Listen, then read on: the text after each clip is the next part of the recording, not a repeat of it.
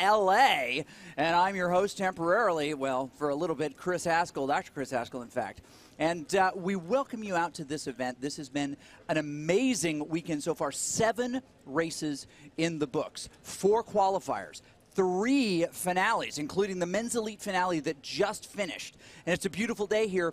Perfect for the women's finale. This is the ultimate event here because it is the most competitive by test and the most popular by far. So if you're joining us on Mixer, on Facebook, or any, maybe you're following us on AOL Instant Messenger, it doesn't matter, because you are here and you're in for a treat. And this is going to be an exciting one. And it's a beautiful day. The atmosphere in here is amazing. We're at, right now, the StubHub Center, which is the velodrome, the U.S. National Velodrome here in Los Angeles. It is the home for USA Cycling. It's the home for cycling events from all over the world. And it's hosting today an international crew, folks from France, from Belgium, from the Netherlands, okay, I'm not even going to keep naming countries because there are too many. I'll be here for too long. Lots of folks participating in what has been dubbed the toughest video game ever. It is a virtual cycling competition. They're on real bikes, real sweat, real pain, real storylines in a virtual world, and we're excited to bring it to you. It's where esports and real sports collide, and sweat falls all over the place. As you see, you've got those CycleOps trainers on the floor. You've got power tap pedals under their feet. Those two objects, technology, high technology, feed information into computers which power an avatar in world. We race those avatars against one another in a virtual course. Yesterday, we had qualifier races, and we're going to tell you right about now how we got here. In just a couple of minutes, we're going to actually give out some of the awards from the men's final that you just heard just a little bit ago. So if we can now, let's jump to those highlights, and I'll describe what you missed to get you up to speed. So thank you, first of all, for being here. All right, on to those. Yesterday, all of these riders came together, and the men's Heat 1, Mathieu Grosjean from France, of course. They drop the gate and they start going really, really fast. Now, here's what's interesting. There's a whole lot of racing in this qualifier left. But if you can create some difficulty like Casey Shum wanted to do, you might be able to escape. But that qualifier group managed to stay together as they were on the hilly forward here on Watopia. Mathieu Grosjean takes the first pull up the hill. Casey Shum comes around. And then a relative unknown in the name of Erik Sorensen decides he's going to animate this as well. There is Soren Bay, of course, the Dutch National Championship, Zwift champion. They end up with a group of 6 off the front. Timothy, you see him right there in the gap. But as they come around again, Casey Shum shows why he is such an amazing sprinter. Proved that in the early race today. Mathieu Grosjean, of course, takes over the lead again. But who is in the wreckage of that? That group of 6 would diminish very quickly. 10 riders start, only 6 remaining, and then 5. But one guy no one expected to be there, Erik Sorensen. In fact, he may have been invisible most of the day. Dan Netzer, none of your Dan business, as we've been calling him around here. Get out of my Dan way. He was wanting to be there just as much as the other guys. Soren Bay, again, the Dutch national champion, delivering as much energy as he could, but the trickster, Loki himself, Casey Shum, tries to get off the front. Gavin Arbor with a clever little attack as they were coming around to the final lap, but it was not going to be enough. Erik Sorensen making that pain face, shooting lasers out his eyeballs, goes first. Casey Shum thinks he's going to take second, but Mathieu Grosjean says whatever they say in French that means no, maybe it's no, and takes that away from him. Erik Sorensen takes it. No one expected him. We call Erik Sorensen the Spanish Inquisition because no one expects Erik Sorensen. Okay, that didn't work. Men's 2 heat qualifiers. Tadeo Akebi, who comes all the way from Japan. That's quite a ways by plane, even further by boat in this, but he had to contend with Matthew Gardner, who does the same Casey Shum trickster trick. Kim Little, the handsomest man in cycling, Virtual Cycling's David Beckham tries to take the lead for a little bit, but that man right there, the T1000, Lionel Sanders, he's in town to kill Sarah Connor, but until then, he's going to do some bike racing, and he proved why he is the second fastest man at Kona. Right he is a professional triathlete. He did finish second at Kona this year.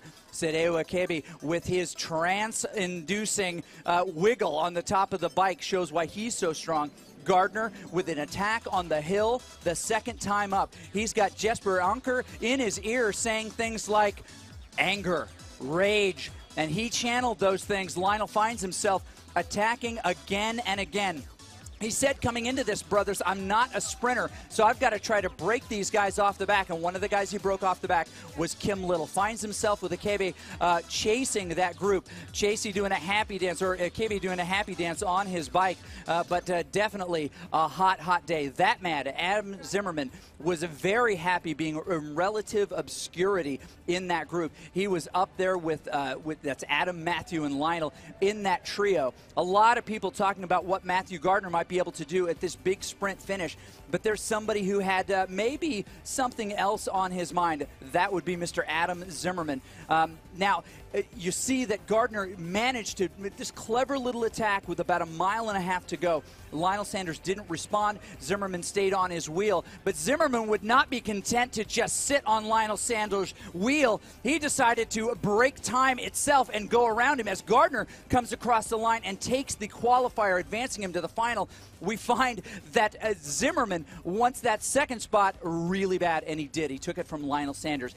That would become a theme that would move into the race and actually help Zimmerman win that men's title. In the women's qualifier, now these are the names you need to know. Katie Pothier. That is the way she pronounces it. Mostly it's Katie, don't leave me behind the group, Pothier, because she put in a great effort. Inga Jansen comes over as well. She flew many, many miles to be in this race from her homeland. And she's right there with her teammate, Carrie Conabear. How do you know that they're teammates? They're wearing the same jersey. There we go. Quick math. But they're doing real work on real bikes in this races, and they're doing real tactics. Like the other races, 5 fast riders managed to get themselves off the front. Catherine eventually finds herself off the back. Athena, too. Dr. Allison Kubota is the queen of the climb. She methodically tears those things apart. She was collecting data from specimens all around her all day. But the chemical engineer had a lot to deal with in Carrie Conabear, who wanted this race maybe more than any woman in the field. And I'll tell you why in just a little bit. But Esther Meisels makes sure that she is the one that's going to instigate at the end. She wanted to be first across the line more than anybody. And as they came around with 1 lap to go, Katie off the back of that group, and only 4 remain. Esther with a big kick at the end. No one is going to catch her. She leaves a smoke behind her and flames on the tarmac. She goes back to the freaking future, 21 gigawatts, and she comes across the line back in time. Kubota, what can she do except smile? That's what Esther does. That's what she came to do. Carrie Conabear and her teammate Inga Jansen relax a little bit off the back. Katie finds herself in a really good position, but with that time hold, would she get one of the 2 remaining spots? Beth York, Lauren McMurdy. You know these names. Mila Allenson, very popular riders on the intrawebs. They have the same kind of big punch at the beginning. And who gets off the front? Jennifer Reel. That's right. You better take her seriously. She's a very quiet rider. Claudia Baring has that look on her face like she doesn't care what you think. And she may not. She doesn't need to care what you think to ride a bike real fast. Holly Gable also in that group. But we see Claudio a few moments in that race getting off the front. Beth, Jennifer, and her teammate Emily chasing behind. Claudia Baring with a smirk on her face. Beth York unplugs there at the end. She finds herself on the front, but doesn't maybe want... Oh, you didn't go over that? Claudia's like, who dat? Okay, I'll go get that girl. And she did, in fact, chase her down. Claudia was the woman on the day. Everyone had to answer what she asked. She was definitely not being dictated to. But Jennifer, very quietly, very modestly, staying within that group, always where she needed to be, waiting for her moment to pounce. She had 2 teammates to contend with. Those would be the Velocity Vixens in the reddish-purple jersey. She was alone there without any teammates. Beth York had to fight a number of times. We called her Beth Lazarus York yesterday because she came back from the dead so many times. They'd drop her on that climb, and when we came around to the big finish, it was Claudia Baring off the front, Jennifer Reel in that second spot, and then the two teammates very happy to finish in that top four and advance. Now, we'll introduce you to these riders in just a second, but a few moments ago, we saw a few folks that you know very well finish the men's elite for this CVR World Cup major here in Los Angeles. And it's time to give out those awards. We'll tell you who they are in a second, but you see them with big paper checks, which are very hard to fit in the ATM, I might add, up on the stage, and we'll hand it over to Frank. Esports would love to thank CVR World Cup for a fantastic men's elite race. We'd like to thank all the racers, all the sponsors, Garneau, Saris, PowerTap, Helen Cycles, and CycleOps. For a fantastic race, and congratulations to Adam Zimmerman for taking the overall win in the stage race today. Thank you. Thank you, gentlemen. Did you have a good time? Thanks. Thank you. And you heard it there. They had a good time. There is nothing that could be a bigger lie than did you have a good time. They're having a good time now, but I'm pretty sure that no man has ever sweat as much as Casey Shum did in that. There was a puddle of water underneath his bicycle after the race. I saw some folks come and shower under him. It was that much. He was constantly pouring it out. He was pushing it. So thank you for joining me. Hey, everybody, this is Hunter Allen. He is a coach to the stars. He coaches John Stamos. I made that up. I made that up. He doesn't actually coach John Stamos, but you could. Hey, I could. If he was a cyclist, no problem. Yeah, very good. But this is, I mean, people are freaking out on Mixer, by the way. They don't know what in the world has happened. Sorry, this is not Fortnite. We are not going to launch into Tilted Towers here. We're not doing We're going to show you a different kind of Tilted Towers. Again, equally disastrous, a place you do not want to go. Certainly not at the beginning of the game. But in a minute, we're going to take these women to that place, the Tilted Towers of this virtual world called Swift. But people are asking, how in the world is this even an esport? We're broadcasting in spaces. We're calling this an esport. It's real bikes. It's a virtual world. Let's center ourselves. Come on, let's calm it down here. Let's bring it together. Let's just kind of show you how this world and the esports world are coming together. Let's do that right now.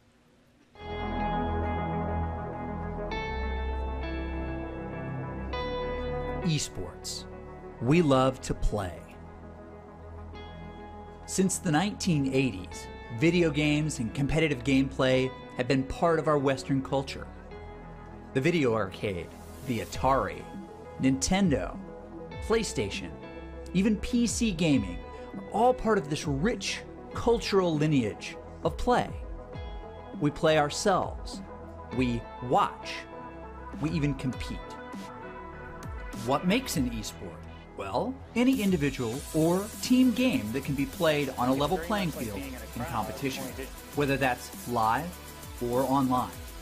Still alive! Charm's gonna land onto him! Is he gonna be able to walk away? Baker is still running! Oh, no, and another time! And expansion goes down!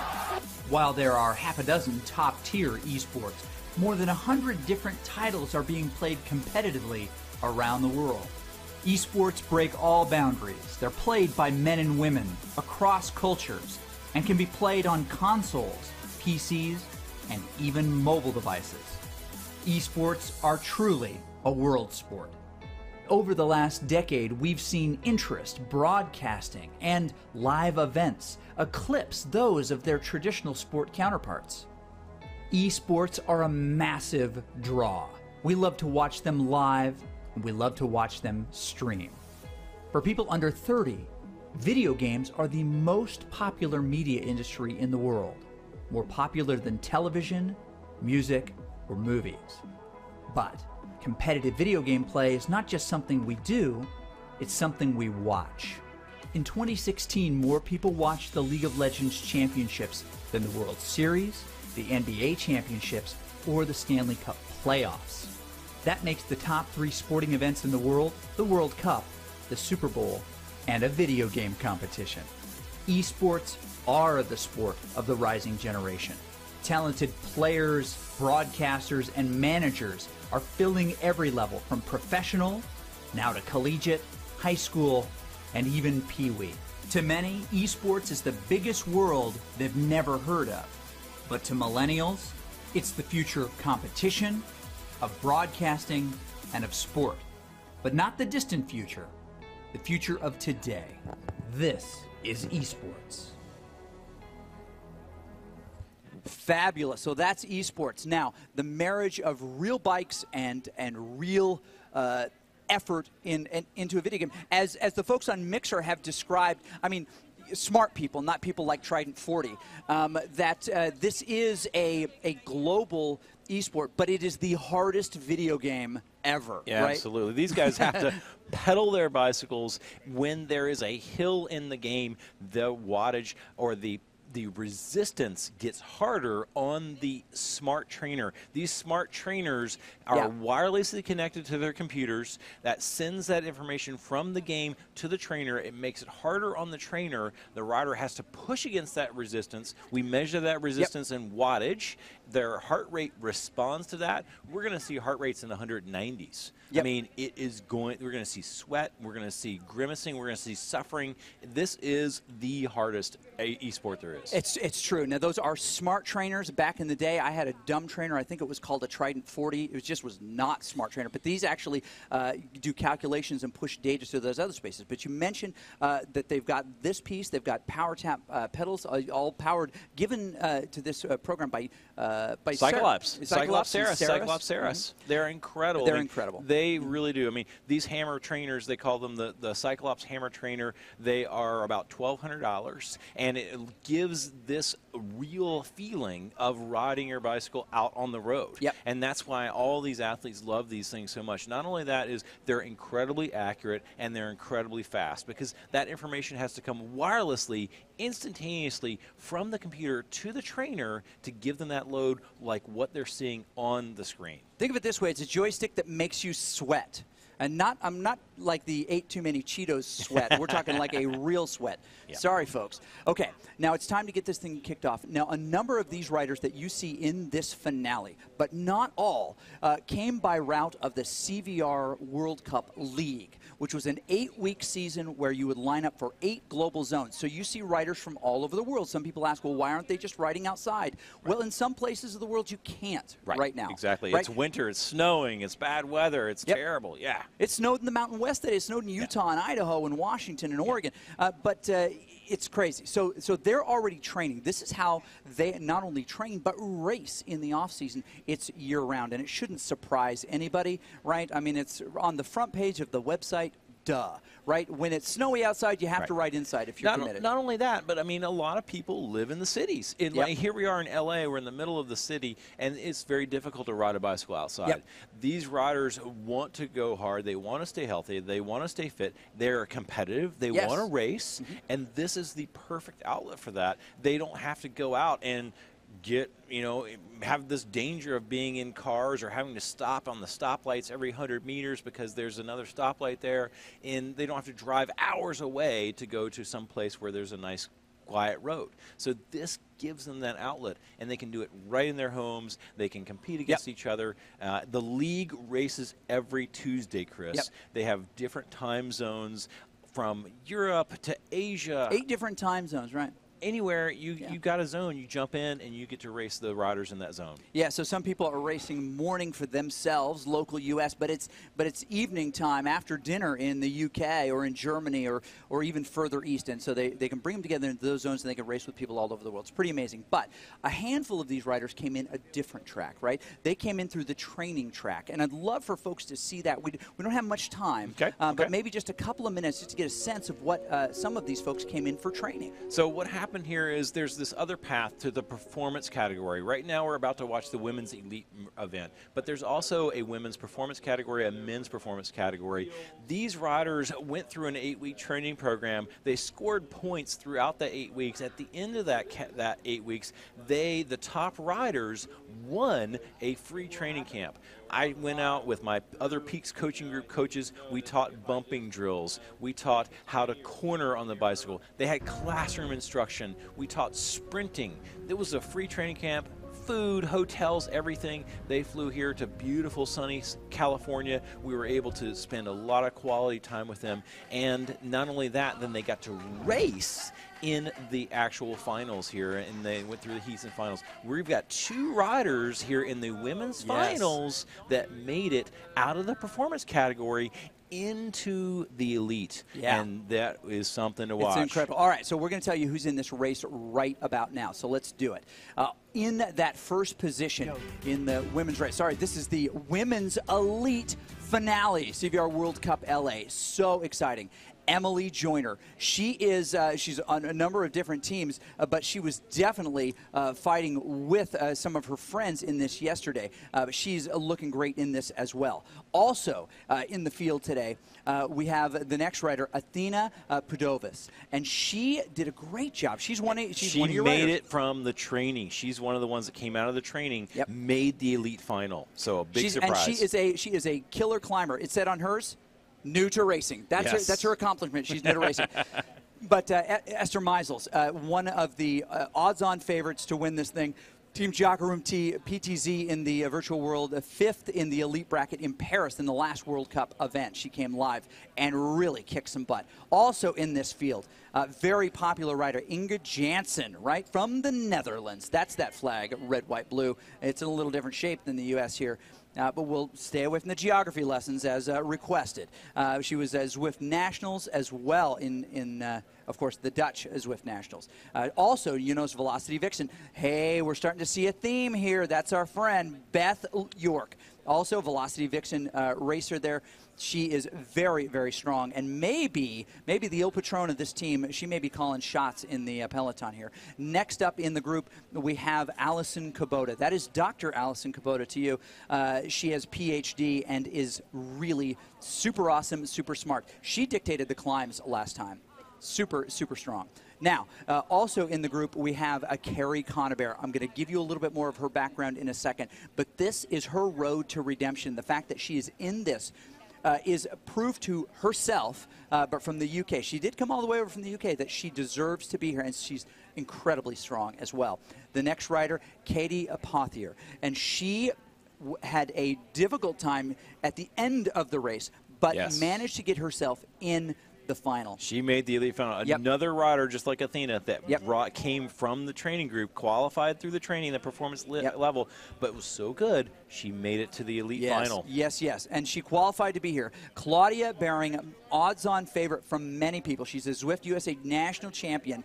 Very excited to be here. She's the one who's got that smirk on her face. She's always got something up her sleeve. What's she thinking? Hard to tell, but no one is going to be able to catch her if she gets what she wants here. Claudia Baring in that last position. Oh, excuse me. There she is. Sneaky. She even snuck into the pile here from Team Fearless, Jennifer Reel. She was the one who stuck around yesterday, and no one even noticed her. She was just very, very polite. Okay, right. So with just a couple minutes left to go, let's tell you about the race that we are about to do. Patience, Internet. Patience, my goodness. We're coming up on it. Now, with just a couple minutes to go, this is the course that we're going to race today. 3 stages, and we start with the climb. The climb. It is a tough one, and what happens, they've got a little bit of a flat here on this bottom part where they kind of gather up. You're going to see a quick start, and then all of a sudden, then they're going to start climbing up to the mountain. It finishes at the castle. 4 kilometers of climb in that under 9 kilometers total. But yes, you start to see that climb. 5.2 is the average. 11.1 is the top. Look at that profile. Nice and flat, Sunday ride. Boom, horror. And then they just start climbing up toward the castle Wolfenstein, no less. They find themselves up at the top. The second stage is a little bit more of what we had yesterday. It's the hilly, but river.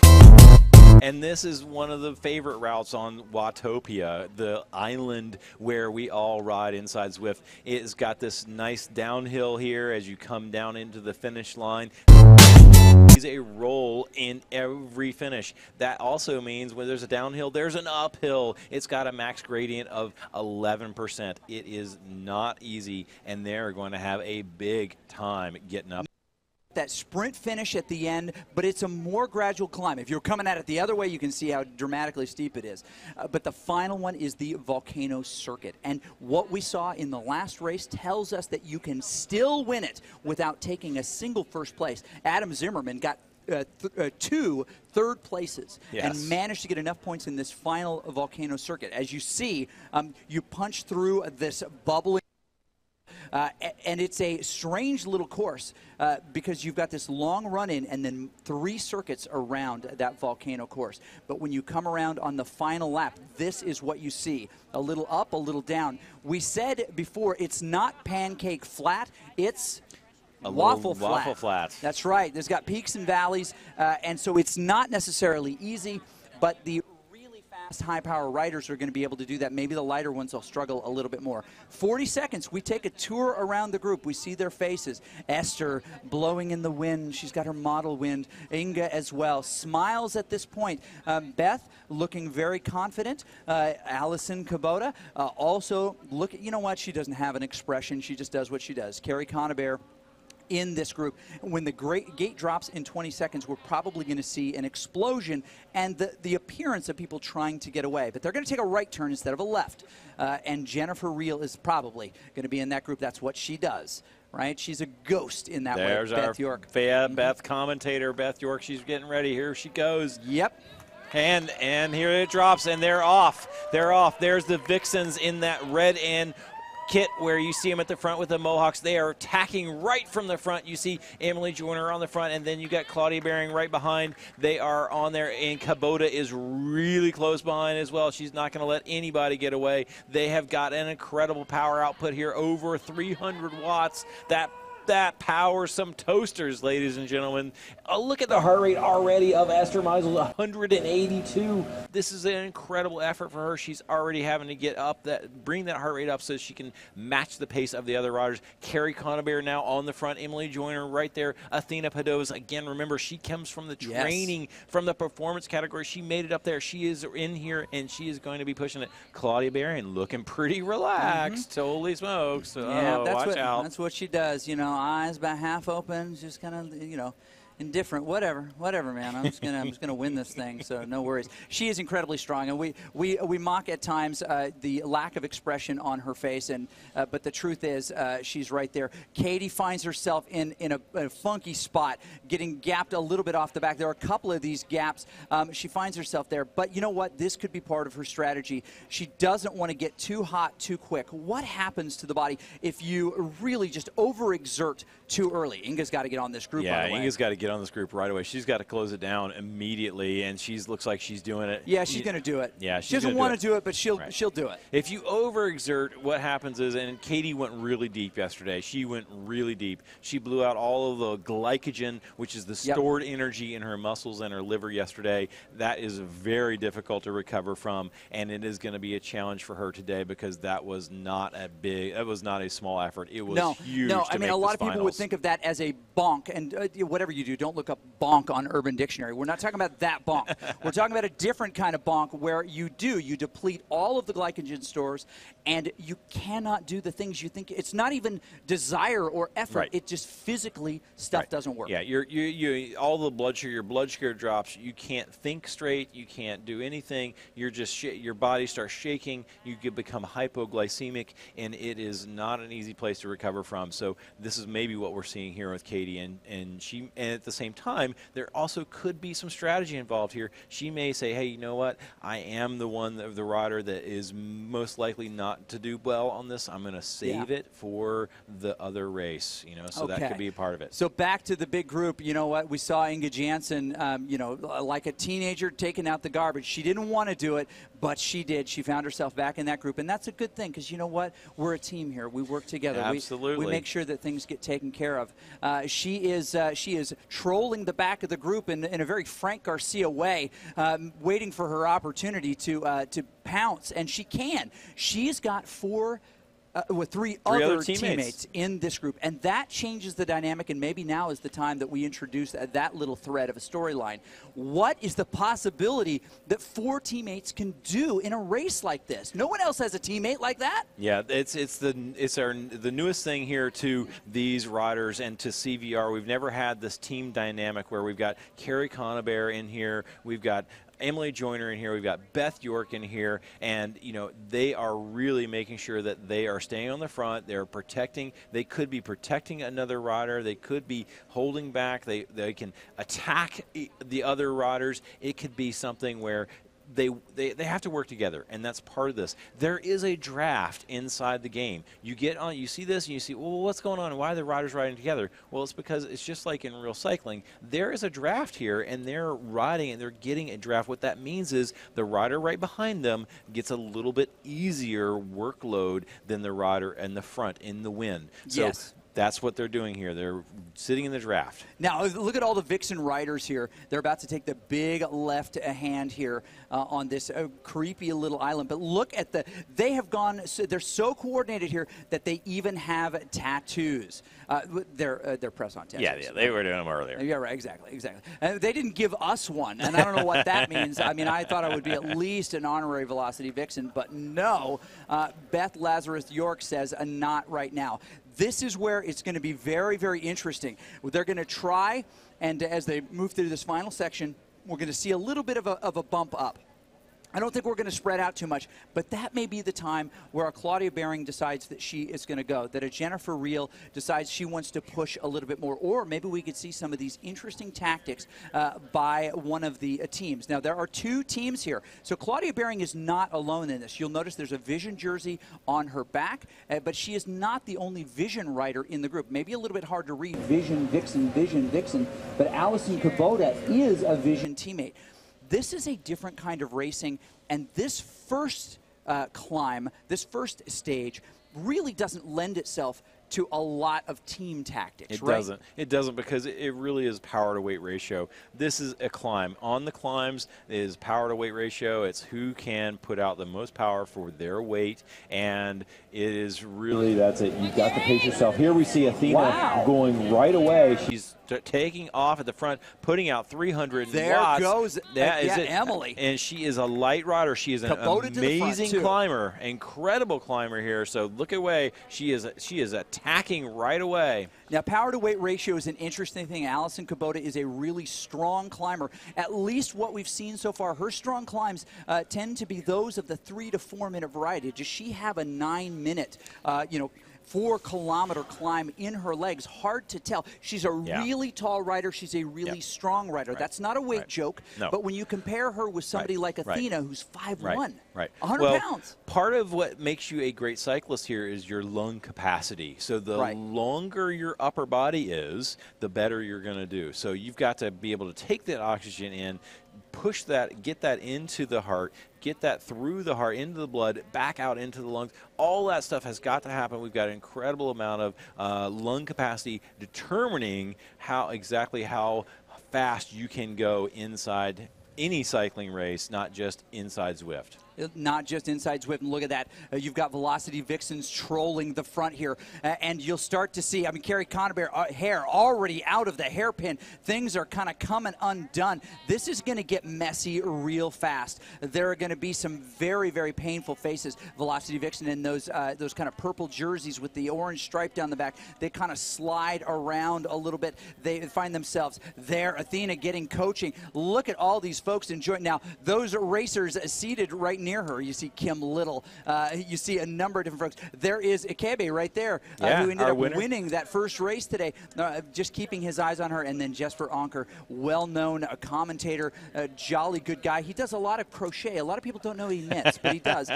So it's nice to have him in the field, maybe giving Athena some advice here. But they're all still together. This is actually quite surprising. It is surprising. You know, it has gotten steep here at the bottom, and so these guys are starting to ride out. They're starting to lengthen out. We still see Claudia Baring at the front. She is pushing hard. You've got Emily Joyner right behind her. You've got Kubota behind her. So it is going to get tougher and tougher as the hammer gets dropped, and we might be seeing it. We got both Vision riders on the front, Kubota and Baring on the front. This is going to be tough. Here, Ooh, we heading have backwards now a little bit. Yep, and then we see Meisels right there in that blue Wahoo jersey. That is the next rider on the course, and it is going to be even more exciting as we go, because what's happening here is you see their heart rates. Their heart rates are higher. That is a response to the resistance. Heart rate is a response. It just tells you how fast your heart is pumping. The wattage is the resistance. That's our workload. Here's the biggest, hardest part of the climb right now as we're coming up and over, and we're going to see those heart rates pop, aren't we? Yes, absolutely. 177, there's Claudia Baring. She looks pretty calm, pretty relaxed here on TV, but in Rio, that heart is pumping fast. That's right. You got Coach right there putting in the data, trying to figure out how and when to launch his athlete right here. And but you know what? She could do this with that. See all those thumbs up over their head? Those are all of the people on Zwift who are chiming in with a thumbs up. You know, we had that question, what are some of the different places that you can watch this, you know, and one of the places is actually in the game itself, and that's what's happening here right now. Alison Kubota no longer on the front.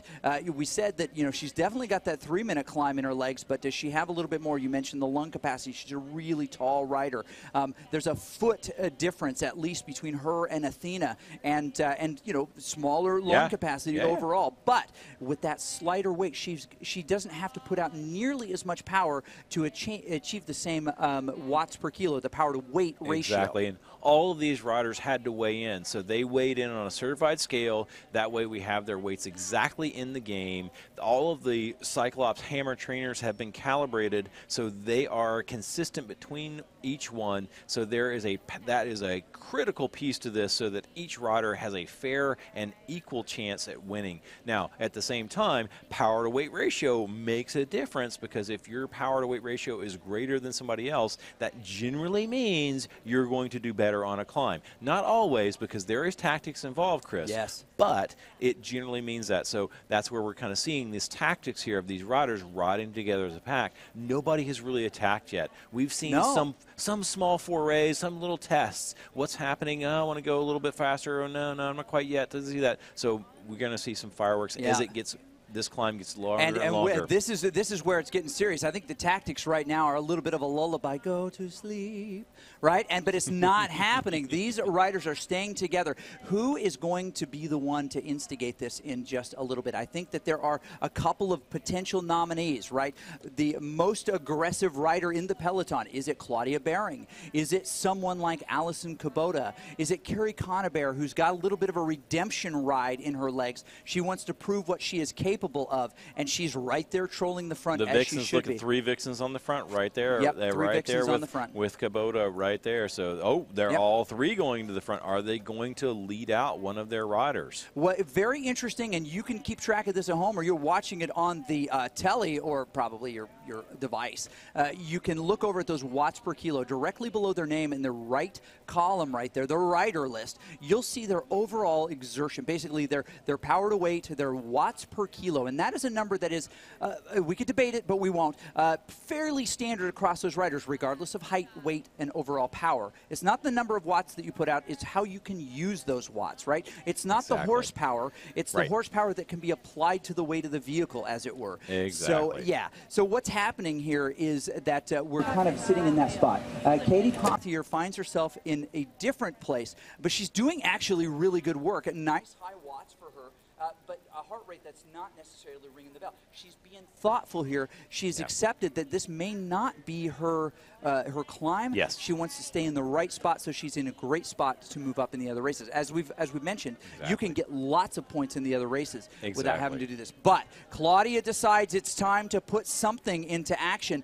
but she's being marked heavily by a couple of people. The blue jersey of Esther peeks into frame for just a moment. That is one of the Velocity Vixen riders in there. You'll notice that those Velocity Vixen riders like to rock the hawk, as they say. They've selected that mohawk on their avatars as a way of identifying each other and scaring small children away from the road so they don't get run over by this monstrous peloton.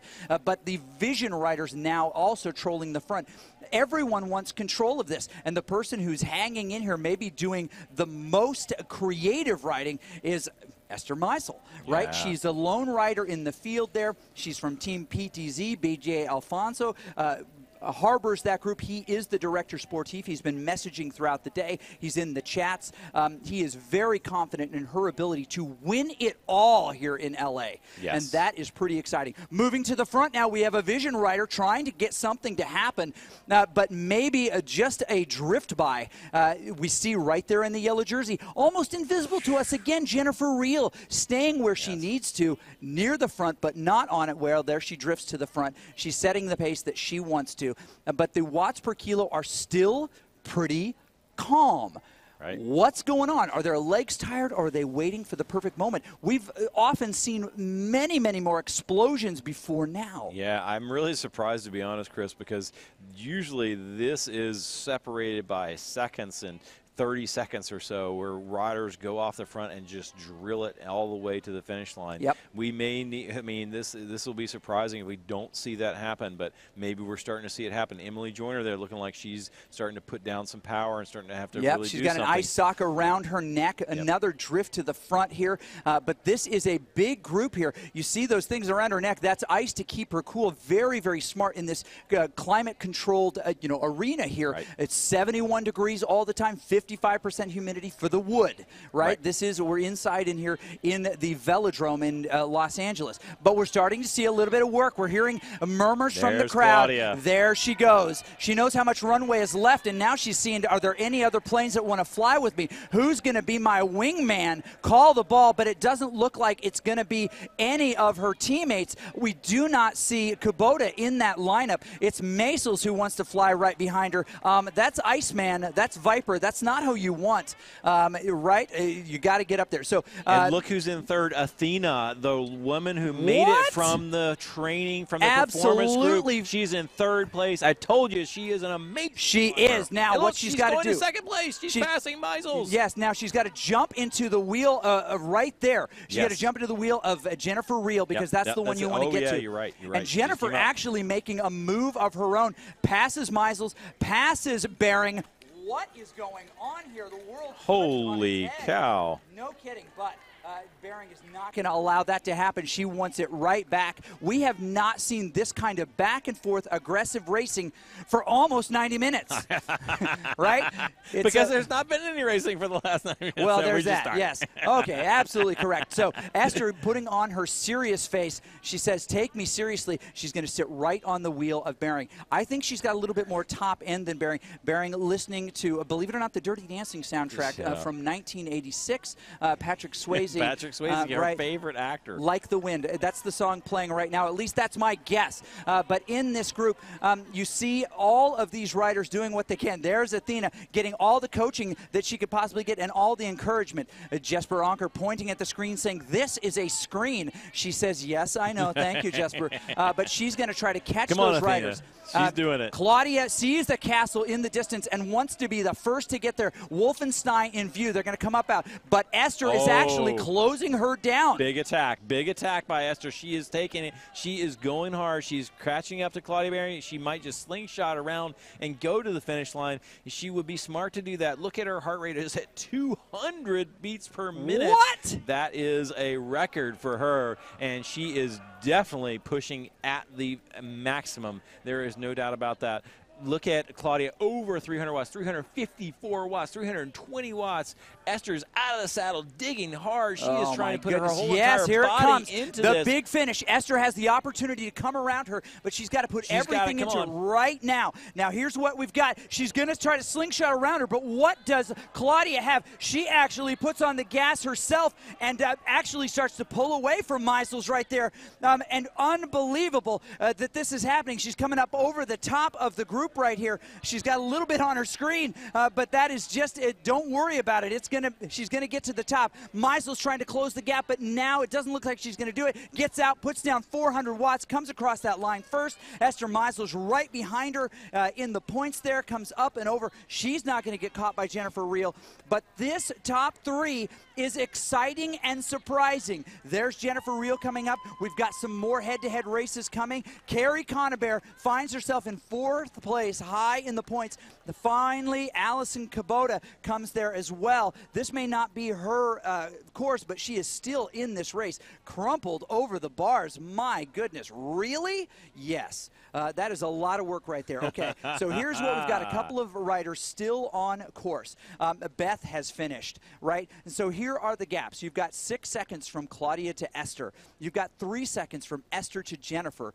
From 5 to Jennifer to Carrie. So the times don't matter. It's the points, and you can see those. Right now, holding 20 points is Claudia Behring. Many people thought that she would win this one. She is definitely the long power leader in this group. Absolutely. She is the odds-on favorite. I mean, that was an impressive show, of yes. course. I mean, over 300 watts for the last 3 or 4 minutes the whole time.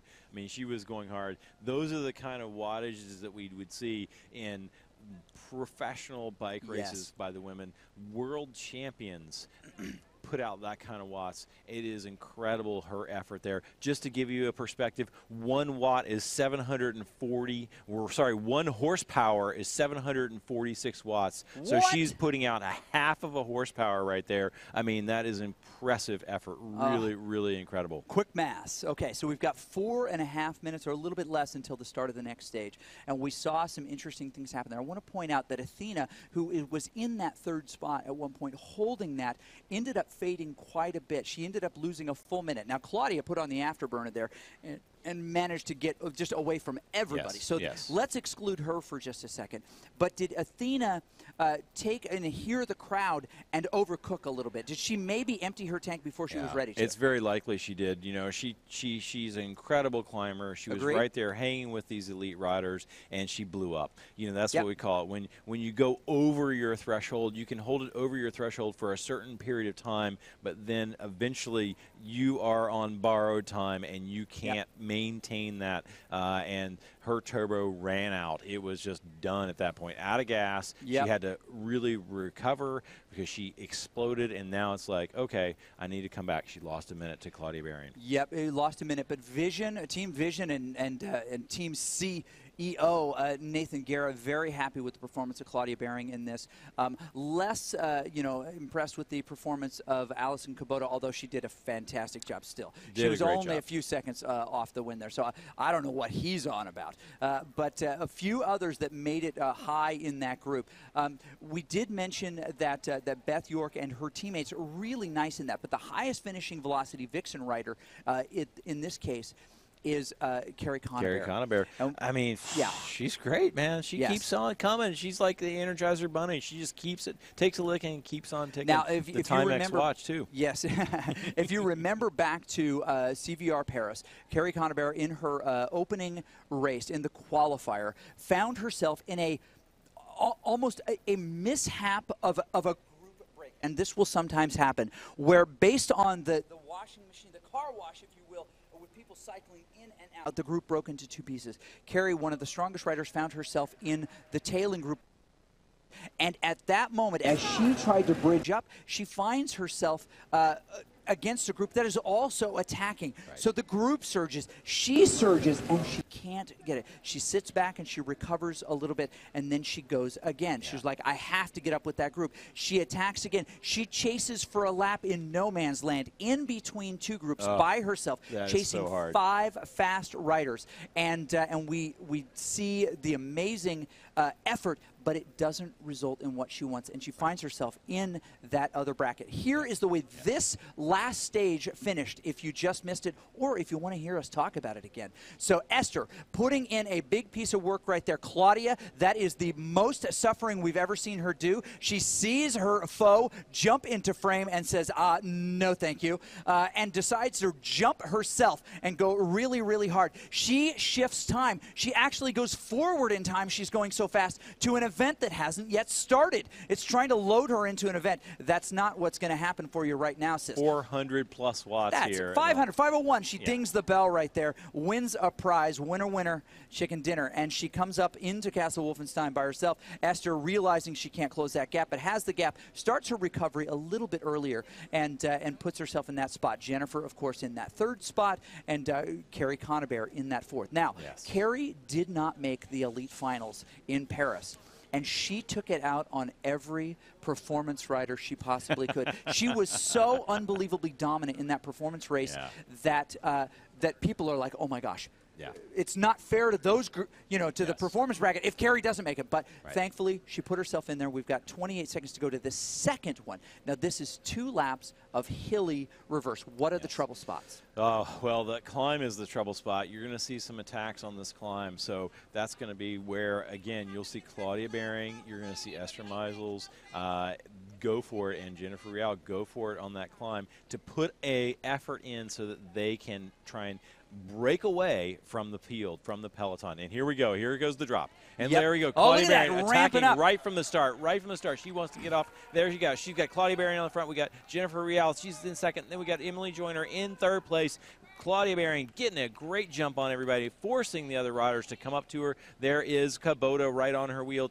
Both Team Vision riders are there. There's the Vixens. There they are. Beth York, she's coming up. You got also, who else is that? We got Katie Pothier in there. She's maybe recovered a little bit. That's great to see her. And there's Dr. Allison Kubota. So moving. There she is. Yep. Katie off the front here right now. She does not want to put herself in that dangerous position before. But often these are like those old wind-up toys. You'd stick that zipper in there, zzz, and these start like that, but then they tend to settle down and travel at a reasonable speed instead of a ludicrous speed, which we saw up there. Spaceballs, here we go. Now we've got 2, as we mentioned before, Vision riders in this field. 1 PTZ rider.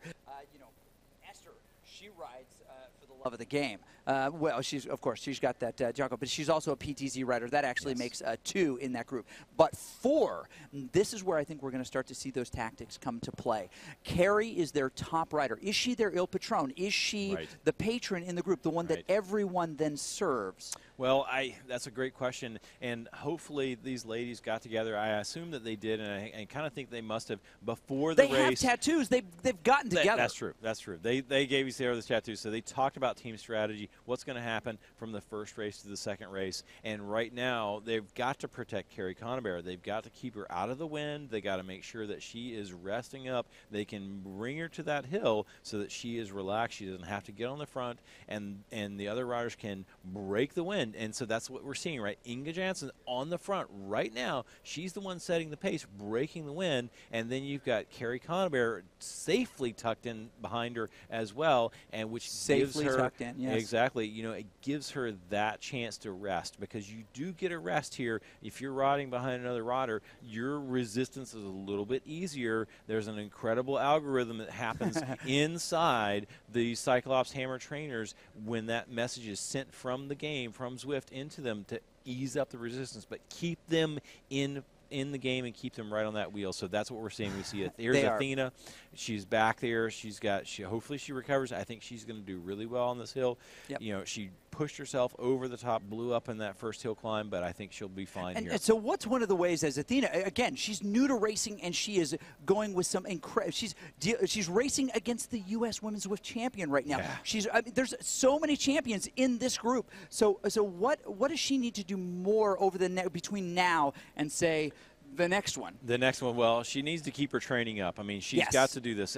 We humans generally improve in 8-week cycles, and that's why our training goes in 8-week cycles. And so that's where our next spring season is coming. Yes. And we have that starting on April the 2nd, and then we're going to you for $79. You can jump in our training program, and she can do that. She did this previous one, made a huge difference in her abilities, and she can make the next jump as well. Sign up for training. You can be in here. You can be in Vancouver in July, because that's where our finals will be for our spring season. Starts on April the 2nd. But again, 8-week cycles. We design the training programs for a reason that way. It makes you get stronger and fitter. That is the whole goal, and she's got to do it because she's got talent. She's got talent, and she could be there. She could be in the top 3 of this elite group. Yes, she could. Athena doing a great job. You can actually join the league. It's free to join, free to race. Well, you got to have a bike. You got to have a trainer. You got to jump into Zwift, right? But because that's where these things are happening.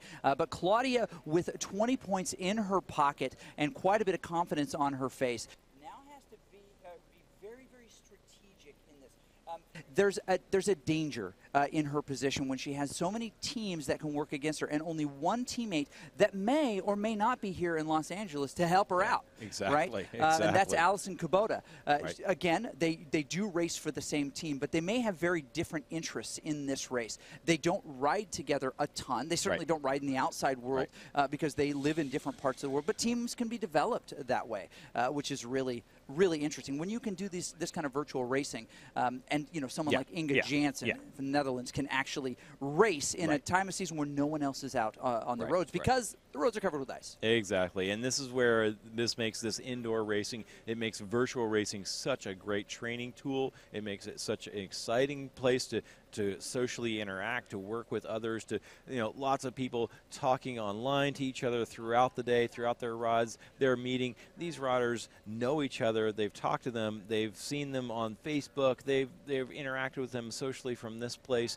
but at the same time, they've never ridden in the real world, in real life, and here they are here in LA at the Velodrome. You see now they're going over cobblestones. This adds a little bit of resistance to the trainers themselves when you ride over the cobblestones, and it makes it a little tougher on the trainers. It does. They a little more resistance. All of these real world things into the game so that it's just like it would be in the real world. It sucks when you're riding on these cobblestones when the real world, they're terrible. Yes. It looks great on TV and all that jazz, but at the same time it's terrible.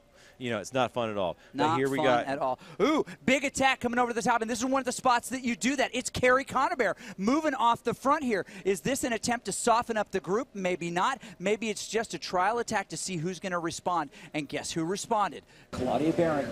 No surprise there, but then we kind of react just a little bit down, a little bit. But right over the top, this is a little Rochambeau playing leapfrog of the teammates now. Emily Joyner, the Vixen rider, coming off the front by herself, maybe just taking it easy a little bit now. Well, no, 245, she backs it off a hair, and they come back. And again, who is chasing that sucker down? Claudia Baring, forced to respond. You've got the Velocity Vixens all in a group there. Are they trying to break one of their riders off the front? Well, maybe so. They may just be trying to wear out Claudia Baring. The smart thing to do as a team is just continue to attack, send one rider up there, and make Claudia chase. She has to do it right now. She is in command of this peloton, and she is leading in the leader's jersey, the virtual leader's jersey. And if they continue to attack her over the top every single time, she's got to bring it back. She can't afford to let one of these riders go up the road because that could take away her leader's jersey. So that is a big deal. You're right. I mean, this is the second of 3 stages, points after each one. If she's not in the right position, others can overtake her very quickly, not the least of which would be somebody like Carrie Conabear, who definitely has the legs to finish. But most likely, Esther. Esther, her toughest competition right here. Esther can probably out-sprint her on a flat sprint, and this is going to finish with a flat sprint. But here's what's great. All 10 riders still together as they're coming up toward Hanks. This is a big, painful moment. They're on a nice flat. They're coming across the bridge right now. But you see at the base of this hill, or at really the top of this hill, you see 2 creepy figures. Those are massive statues. Are those aliens? And you know what? We can't describe how they got here. There's so many riddles yet to be solved on this island. It's like Lost. Anyway, but they're going to come by this defunct place called Hanks. It's an old service station, but you don't need a service station in a virtual world that only has bikes. So it is dilapidated. Now, they're going to come across the line, and it looks like Claudia Behring has decided she's going to take the front of this race and see who wants to come with her. She is on the front. Jennifer Reel marking her, staying right on her wheel. We may see a separation of the group right now. This is going to be the toughest part of this climb, isn't it, Hunter? They're going to come up and around this corner to the right, and things may fall apart. It's steep right here. It is steep. Your resistance is high. They have to put out tremendous number of watts. And Carrie Conabear on the front with Team Vixen, this is a great move by her. It's a little bit surprising because usually she can't maintain, you know, a longer pipe effort, but you've got something here going on where she's taking the lead. She's not letting Claudia Behring just be at the front or Emily Joyner. So this is an exciting one. This is really exciting. Yeah, it is, and maybe it's patience. Jennifer Reel decides she wants to be on a different wheel. Sorry, sister, I'm leaving you here at the party. Claudia Behring sitting in that third position. She's going to have to make a decision. Are you going to close that yourself? There's a second gap now. So Carrie Conabear pushing over the top of this hill. This is the toughest part of the climb by herself. Jennifer Reel trying to close her down inside of a second. They're pretty close together, even though she wasn't in the same shot. But Claudia Behring in that third position. Emily Joyner wants a piece of this action, moves to the front. She wants to get on the Carrie Conabear pain train, and will do that right now. Jennifer Reel slides into that spot and says, that's fine, you can taxi me up there. And whoa, coming around, Rock the Hawk. You see another one of the Vixen riders come around. This has gotten to be a really big party now. Somebody call the parents, because this is not what you want. Inga Jansen having some kind of problem, some kind of mechanical. Folks will get on that and see what's going on. At this point, she's working for her teammates. And you see at the front, Claudia Behring, in all of that commotion, slid to the front, but right on her wheel, Carrie Conabear and Beth York. Boy, I don't know that there's any better lieutenant to have in the group than a Beth York. She knows bike racing. She knows tactics. She's got great ability. Carrie Conabear will be thrilled to have her, Emily Joyner, in this group. But right now, moving off the back of this group is Inga Jansen in a tough spot. Well, not sure what's going to happen. But here goes Claudia. Look out, Esther Meisel. She's 4 seconds adrift here, Chris. Whoa! What is going on? Oh, no, that look on her face. Something has happened. On? She is 4 seconds back. She is suffering. She is having a hard time here. This is unprecedented. No kidding. I can't believe this is happening here. Why is she back here? She is chasing like crazy. We're going to figure out what Esther has to do here. Let's look at the row and cross it off to the column. You're down. When does she need to close this gap? Now. There we go. That is the correct answer. And she's got to do everything she can. When that group congeals, that's right, we said congeals. That'll be on your vocab test. When that group congeals, they're going to have a much better aerodynamic effect than the rest of the group, and there's 6 riders right strong. Now, if Claudia Behring realizes this, she needs to go freaking hard. She needs to go on the front and drill this thing because she has just dropped her main competition, and that would put, even if Esther gets back on, it would put her in a serious hurt locker, and it would take away energy for later on.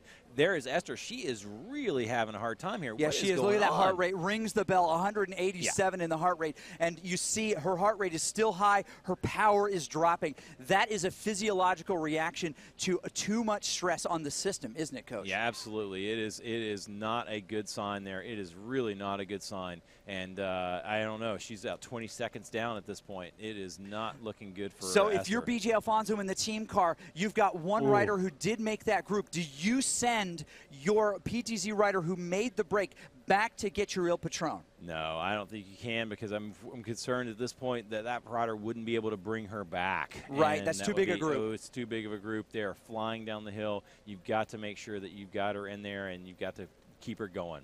Yep, and you know, a lot of commentary on the line on the intrawebs that Esther may have pushed a little too hard in the last race. She did ring that 200 beats per minute bell on the climb, and it is really hard to recover. She is frustrated, but she just needs to keep working. She finds herself in 9th position. Inga Jansen behind her, dealing with the mechanical many seconds, but there's a possibility that the two of those could come together and pull back individual riders that get dropped if they get dropped. It is in the best interest of Claudia Behring to thin this group out if she has any control over it. Absolutely. And Allison Kubota is still in that group with her 2 Vision riders in it. Now, she's off the front a little bit here, but the downhill, that's not an advantage at all. Not much of an advantage there. You can lose the wheel on the downhill. Generally, you won't get dropped, but it can split. It doesn't happen all the time, so you have to be attentive. You can't just be sitting back and drinking water and looking behind you, etc. You need to be attentive. What's going on? They're flying down the hill. It's super fast speeds, and we're looking at 39, 40 miles an hour here down this hill. So what's happening is this is creating a big gap to Esther Meisel. She is now 1 minute 13 seconds back. Hey, Chris, I think that's pretty insurmountable. I think it is at this point. So that is tough. She's in a different game right now. She's got a ton of great points. But she can reload. She can try to recover herself for this final one. She's got another, she's got another full lap as they come around. They're going to do that climb one more time. And Emily Joyner gets disconnected here a little bit. You see Esther now doing the descent, but she is quite a few seconds back. It now might be a great time to look at the telemetry to see where all the riders are. We've got a big group on the front, and you see the descending right now. They're coming down through that section. You see, follow the line down to the very bottom. You've got that big group of seven riders, seven riders right there on the front, and they are in the lead. Not very far behind them, you've got Katie? Yeah, I think that's Katie. And then Esther, Esther's rounding the corner right there. Katie and then Esther. You know what? You want to get on Katie's wheel. We'll find out what happened to Esther a little bit later. Inga Jansen zeroed out at this point. It appears that she is in a position where she had a mechanical or something went wrong because she's no longer spinning her bike. That gap is pretty big. But there's good news. If it was a mechanical, which can happen in a situation like this, there is another trainer that she could get into that group and help her teammates if the officials decide that that's going to be the case. So as they come through the main section right here, we begin this slow slog uphill and making this really a dangerous section if anybody is in a spot of bother. So as we look at these riders, and we'll kind of move down through the list here and show you each of their faces. Inga Jansen back on the bike now. She's doing her best to catch on to the back of this group. She's got a different job now. Now, it's very interesting, and we'll talk about that in a second, how your job can change based on the way different things unfold as part of a team. But the fact is she's part of a team. She can leave here feeling like a winner even if she isn't on the top spot of the podium. Esther also in a great spot. Now, Esther's got 16 points coming into the second place in the opening climb. Yes. Not thrown away, not even close. She's really, really strong in this. But as we move down through these groups, we've got Beth York, 165 beats per minute on her heart rate, sitting in a pretty good, comfortable position. She's looking pretty darn good there, Chris. She does look pretty darn good, not tapping a nice tempo. As we continue to move through the group, Allison Kubota, 153 beats per minute. That is, by the way, that is her go-to face. If you say, give us your best, give us your go-to face. What's your regular face? That's what she's not making too much of a group about this. She's 153, 54 beats per minute. But as we continue to move through, we see Carrie Conabear also Carrie's in that nice spot. She's looking kind of rough there with her shoulders up there. She's looking suffering a little bit, but she's on the front. Don't you dare call Carrie Conabear hot garbage.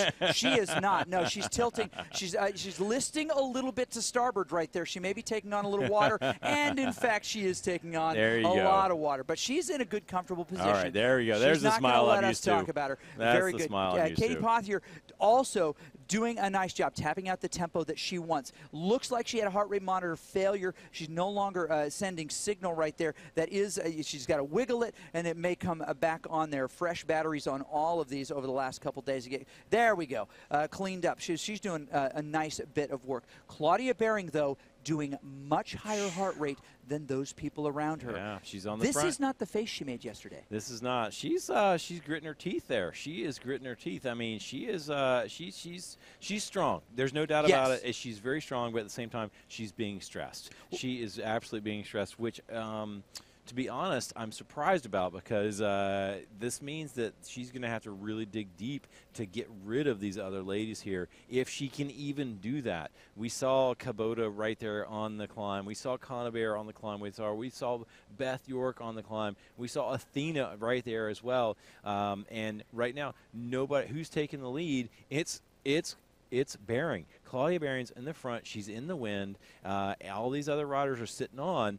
They're getting a little bit of a draft. They're resting up, and that's something that can be a serious difference at the end of the event. So make sure there you can see her now. Yes. And there's her coach right beside her. He's giving her instructions, giving her help. She's listening to her favorite tunes. At the same time, she also is up and out of the saddle to get over these little bumps to make sure that everything is looking in the right direction. She's doing 260 watts. Her heart rate's 170. You know, this is most likely her tempo pace. So we talk about functional threshold power. That's the pace that you would maintain. That's your limit, that you're on the edge when you do that. And that's probably around 300 or 315 watts or so for her. So she's at tempo pace, just cruising along, saving some energy, even though she's on the front. I know that sounds crazy and contradictory to what I said, but it also means that, hey, the pace isn't very high. So that's where we're looking at. There she is, Athena, just comfortably in the group, proving that she's got a lot of talent in this. She's racing some wicked strong riders. Now, well, she was unable to hold her pace on the hill, but she was right there. All right, we're coming through Sprint Town. We're going across the Julin Washington Bridge, the JW Bridge. Julin Washington is the creator of Zwift Riders, the Facebook group, which has like a bajillion people in it now. Really? Yeah, and so Julin Washington, honored by the creators of this space by creating the JW Bridge. You learn something new every day. Every day, I'm saying. I tell you what. The JW Bridge is a landmark on this course, and regardless of which way you're going, it sets up something really exciting. Now, Carrie Conabear is still nicely tucked into that group. Occasionally, she'll slide to the front when she and her teammates decide to rock the hawk, but 180 beats per minute, I think, or excuse me, 180 watts is where they're kind of just holding here. Beth, a little bit more. Lots of people cheering in all sorts of places. We do need to throw their attention to this. So a big go mom given through, I believe this is one of Beth's daughters. The chat here on Facebook by one of her daughters through Matt York. Very excited. That is, I'll tell you what, don't even get me started on the value that this has for people who respect these women. They're women who do a lot of different things. Yes, they are professional level cyclists, but they have other lives in addition to their cycling. This is just one of the great things that they do, and it's an inspiration.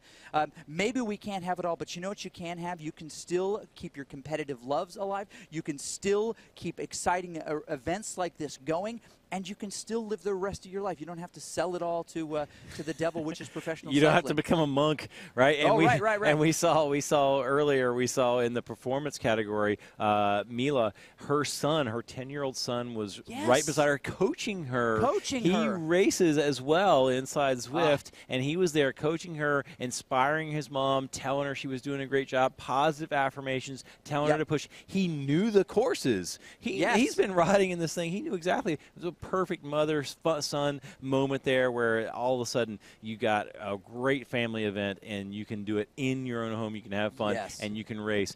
And the thing about this is not only we do that, you can join the training program, the CVR training program. It's an 8-week training program. Our next season starts on April the 2nd, just around the corner. It's your chance to get into the training program. Sign up. $79 is all it takes to get you in. You get an 8-week training program, and then you have to do 5 group workouts. Coaches are in the workouts coaching you the whole time. You do 2 races. You do a test at the beginning. You do a test at the end. You get points all throughout. The top 10 riders who are in that event, and they're graded on their watts per kilogram ratio, so it makes it a fair thing for everybody, then get invited to the camp in Vancouver. Vancouver is the next major. It's in June. We're going to see some of these July. riders. It's in July, Chris. July, I'm sorry. And we'll see some of these other riders coming up here. But you're right. The other way is you can join for free the CVR League. You can race with your, your authorized power trainer, your bike, and jump into Zwift and participate in 8 weeks of racing every Tuesday. Zones all across the world, 8 different zones. You race at the time that works for you. One of those 8 races. Claudia Behring is not making the same face. We're coming up to Hanks. Things are about to get crazy. This is it, Chris. This is going to be where they put it down. You're going to see some serious fireworks right here. And who should come to the front but Carrie Conabear with Emily Joyner in tow, a Vision rider right behind her as well. But you know who's not far behind? Jennifer Reel, who wants to stay there in the yellow jersey. Easy to find. Now, they gapped her off the front. This is such a clever idea. You bring 2 riders to the front. Your rider is like stages in a rocket, right? You let your backstage just set a false pace while your front stage launches off the front. And that's exactly what happened. Carrie Conabear escapes, and who should try to chase her down but Claudia Behring? And the look on Claudia's face is not a happy one. She is not happy about this. She got tricked. She wants to catch Carrie, and they may actually have the separation that they want. This sprint finish actually favors Carrie Conabear because of her skills and ability. Claudia, a very slight rider. She's got great muscles, but look at this. No one puts baby in the corner. Jennifer Reel decides she's going to be right there. She's like the wind, and makes sure that she's in that group. Carrie Conabear over the top now. This is the toughest part. It flattens out just briefly here, and you've got maybe 2, 3, 7 pedal strokes of respite, and then it digs again, and here she goes. Look at those watts come up, 170. She is listing hard to port at this point. She's putting everything she can, everything that's left in her legs into this because she's got to get a healthy gap here. They want to break a couple people off the back. Who is in a spot of bother here? Who's in danger right now at the back of this group? Right now at the back of this group, we got Beth York and Kubota. Kubota is on the back of the group. She is gapped off by 4 seconds. This is unprecedented. I am really surprised with her because she did such an incredible performance yesterday, hanging with the top riders, and she has just got a slight gap now. It's 7, 8, 6, 7 seconds hovering in between this. When does she need to close this, Chris? Let me check it again. Look at the column, look at the row, carry it over. What's the date? Now. You got to close it now, Allison. The only time that you've got is now. That's going to be 5, 6 seconds in a minute. It's going to be 7 seconds. A few seconds after that, the time to close this is now. If you want to be in this big sprint finish, if you want some of the points that are available, you've got to do this now. Get out. This is your finish line, Allison Kubota. This is when you have to do it. And looking up ahead, she may not be able to do it. She is putting out almost 300 watts there. Heart rate starting to spike for her. But moving off in the distance is her rescue boat. Unfortunately, she is marooned in no man's land. Now, Athena still hanging on to this group, doing an amazing spot of work. Athena is there. She came from the performance category. She earned her spot into the elite race. I was training with her just 4 days ago, teaching her how to do cornering, bumping drills, and now she is in the elite event. And look at that. Claudia Behring takes the front, and it is immediately stolen from her. Oh, my goodness. What is going on here? This is back and forth, back and forth. It's like a Gap hoodie. You just keep trading it between friends, except these folks are not friends. They want that hoodie for themselves, and by hoodie, I mean the victory on this second stage right here. Allison moved to the front, but somebody else who doesn't want to be taken advantage of is Jennifer Reel. She moved briefly to the front, and Behring moves to the front. But another big kick. This is where the team comes to play. Carrie Conabear over the top. She's got a teammate who moves to the front. Will she set a real pace or a small pace? If you are Claudia Behring, you've got to just ignore what's going on and try to get to the front wherever possible. How many more explosions does Carrie have in her legs? Their face says quite a lot, but maybe not so much. They're right back together again. Wow, it's a washing machine. Who's on the front? Wait a second, and it'll be somebody different. Yeah, and look, Kubota has now gone to 11 seconds. She is back off the back. She is not going to make this group, Chris. It is gone. The white flag goes up for Kubota. That's exactly right. She is retreating into a different dimension. The dimension is the suck plane. Now, Claudia Behring coming up and over the top. She's the first one. She is very clever here. She uses the confetti to mask her, it's like Spy Hunter. It's like an oil slick. A little bit, right. And she's got, she's pushing off the front here just a hair, but everyone seems to be with her except the teammate that she needs so much. Now let's do a little inventory. Do we have a Jennifer Reel in the group? We do. She's there. Okay, do we have a Claudia Behring in the group? She is there. How many Velocity Vixen riders do we have in this You group? still have 3 riders in there. You got Carrie Conabear in there, which is excellent effort. You've got Beth York in there. Yes. And who else do you have in there? Emily Joyner. Emily Joyner in there. This is look how fast they're going, 41 miles an hour. They're coming down to the finish. We have a kilometer to go, 0.6 miles to go. These ladies need to lead it out. The Vixens need to lead this thing out for one of their riders. Who is their sprinter? Who are they going to lead this out for? This is a great question. We do not know at this point. My guess, the right person to lead out is Carrie Conabear. She's highest in the points. She stands to take the most away. But you want as many Velocity Vixens to cross the line in front of Claudia Baring as you can to diminish what she can earn on this. But she knows that. Claudia Baring is going to give everything she's got. All right. Here's what we've got. As the women come to finish stage 2 here, you've got Beth York trying to organize her Velocity Vixen team. And she may be able to do exactly that, but Claudia Baring takes over the front. A dangerous move. Carrie Conabear attacks over the top, trying to get this spot. No, it's Emily Joyner. Where is she going? Jennifer Reel will follow any wheel that you give her, and she's now trying to come around, but it may be too soon. Over the top, we see moving up through the only remaining Vision rider. She's going to come around Jennifer Reel, but Carrie Conabear with a late surge. Can she come up as far as she can? Emily Joyner in that group. Carrie Conabear off the front. More watts than anybody else. You've got to be kidding me. Carrie Conabear, then Beth York, then Jennifer Reel. And oh my goodness, we are going to see a shakeup. Wow. Claudia Baring just manages to edge at the line. Claudia Baring just manages to get past Reel at the line there, stealing those points. You almost see a 1-2-3 Vixen Almost, absolutely. They were all right there.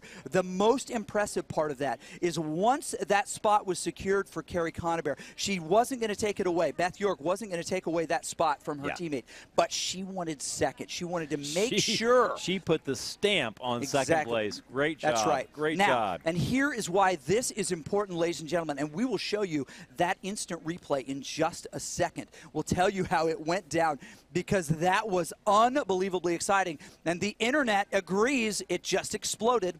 Okay, so let's take a look at it one more time. As we're gearing up for the big finish here, we see these riders coming down the hill, organizing to get this. Now, they started jostling from the very start. It looks like they're trying to get an actual train lined out here, like stages in a rocket. Exactly. Expire themselves at the right time so that they can get carries. Carrie's sitting in that third spot. But again, they don't have any control over where the bikes stand. It's just, it moves within the algorithm. But who should go to the front a little bit earlier than expected? Emily Joyner. Yeah, Emily What was Joyner. that about? And look at Claudia's face. She wanted none of that, so she decides she's going to put it in there. Emily Joyner doing exactly what she has to for her team, setting a pace that other people have to follow. But, of course, who should come to the front? Jennifer Reel. She deserves to be here, but not enough when you compare to Claudia Baring, the Vision rider who comes around. We lose Vision just for a second here on the front, but as we look at the right side, we see Carrie Conabear come around and over the line first. Great camera work by our folks flying overhead, and we see, and look at that. Putovas in 6th place. A 10th of a second between Claudia Baring and Jennifer Reel. Right there. They were so close together. Fabulous. That was such a finish. I mean, Carrie Conabear came like a rocket. She was completely back there. Yeah. And then all of a sudden blew by them. Got that win. That was incredible. Beth York has that fatigue resistance. She doesn't have that incredible snap, but she has the fatigue resistance and outlasted Claudia Baring and overtook her for second place. That was an exciting finish right there. Such an exciting finish. Wow. This is going to really change the dynamics. All of a sudden, Claudia, who was in the leader's jersey in the first and won that hill climb, she just got fourth. No. She third or fourth? Third. She got third. Right. She got third, so she now got a first and a third. And Carrie Conabear has now got a first. And what place was she in the road race? I mean, the hill climb. I can't remember, but it was right there in the top 5, I believe. Carrie Conabear? Yeah. She was in 4th place, so she got 11 points for that, which is great. Yep. All right. Yep, exactly. Now we're coming up. It's almost time for this next one, and wow, unbelievable. So. as we look at the points here, and we'll give them to you in just a second, we can look at that telemetry once they're all in the group. But there were a couple of riders who had to finish up, right? Yep. We got Esther now. Remember, Yes. Esther got dropped off the Yeah, back. yeah. Unbelievable, Chris. I mean, like, wow. I don't know what happened there. She got dropped off the back, and she did the right thing. She just said, okay, shut off. I'm resting. I'm going to rest. I can't catch back on. I'm going to rest. She is just cruising into the finish line here and just taking it easy. And then that way, now she should be even stronger. She's more recovered. All these other ladies have pushed super hard, and now she is just recovering. So she has a great chance here at this flat final third stage. As predicted, the internet loves this. Just, folks like Deep and Savage and Saint, right? Jack Slayer, all these folks who are watching on Mixer, which is just one of the 3 places right now that you can watch this, all saying this is amazing, right? This is because, again, this is the hardest video game ever. It is absolutely the hardest video game ever. I mean, you've got to be fit. You've got to push out. You've got muscles. You've got cardiac output you've got to deal with. These riders train on their bicycles inside Zwift all the time, an hour, 2 hours a day, just like any other video game, right? Hey, that's the difference, right? Yeah. You want to get good at Dota. You want to get good at League of Nations. You want to get good at any of these Fortnite, any of these games. Yep. What do? You got to practice. Yep. That's what these and riders do. You got to not go into Tilted Towers. Right. Don't do it. Don't go into practice. It's a bad idea. You got to practice. Yeah. And that's what these riders do. There's no difference here, right? They just practice on their bicycles in the game. That's all they're doing. You know, there's no difference. It's all practice. But they can race, they can do workouts, they can really, really train. And then you see stuff like this. We're just a couple of minutes away from the final segment of this. And we have seen a real shakeup here. Now, Claudia still finds herself with 13 points. Now, Carrie did get 20 in this round, and she got 11 in the last. So Claudia is still slightly in the lead here. There's a chance, and I got to double check this, that Jennifer Real may have snuck into this a little bit. We'll see these points at the very beginning. Right. We'll get out the abacus and start doing some of the math.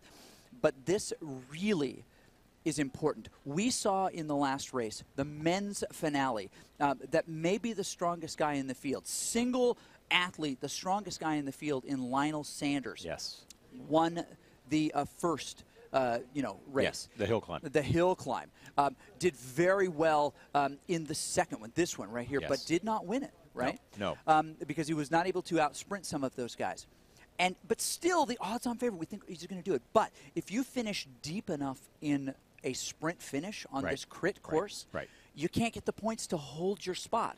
And the person who puts just enough of these great skills together in all 3 of these disciplines, climbing, all-around, and crit, right? Yeah. Or circuit in this case, can win it. And that's what we saw in Adam Zimmerman. Yeah, exactly. We saw third place, first place, who wins it all. It could flip-flop right here in the very end. So this is really critical, this final stage. I mean, you might not think, oh, it's fine. Here we go. Here's the points. Let's look at goodness. These. Now, there's nothing right there, but here's what we know. As predicted before, quick maths. Wow. That 33 points, look at the total right there. The max possible to them if they finish in that position, right, would be 53. But ignore the max column for a second. We're looking at Claudia Behring in first place right now. Carrie Conover in second.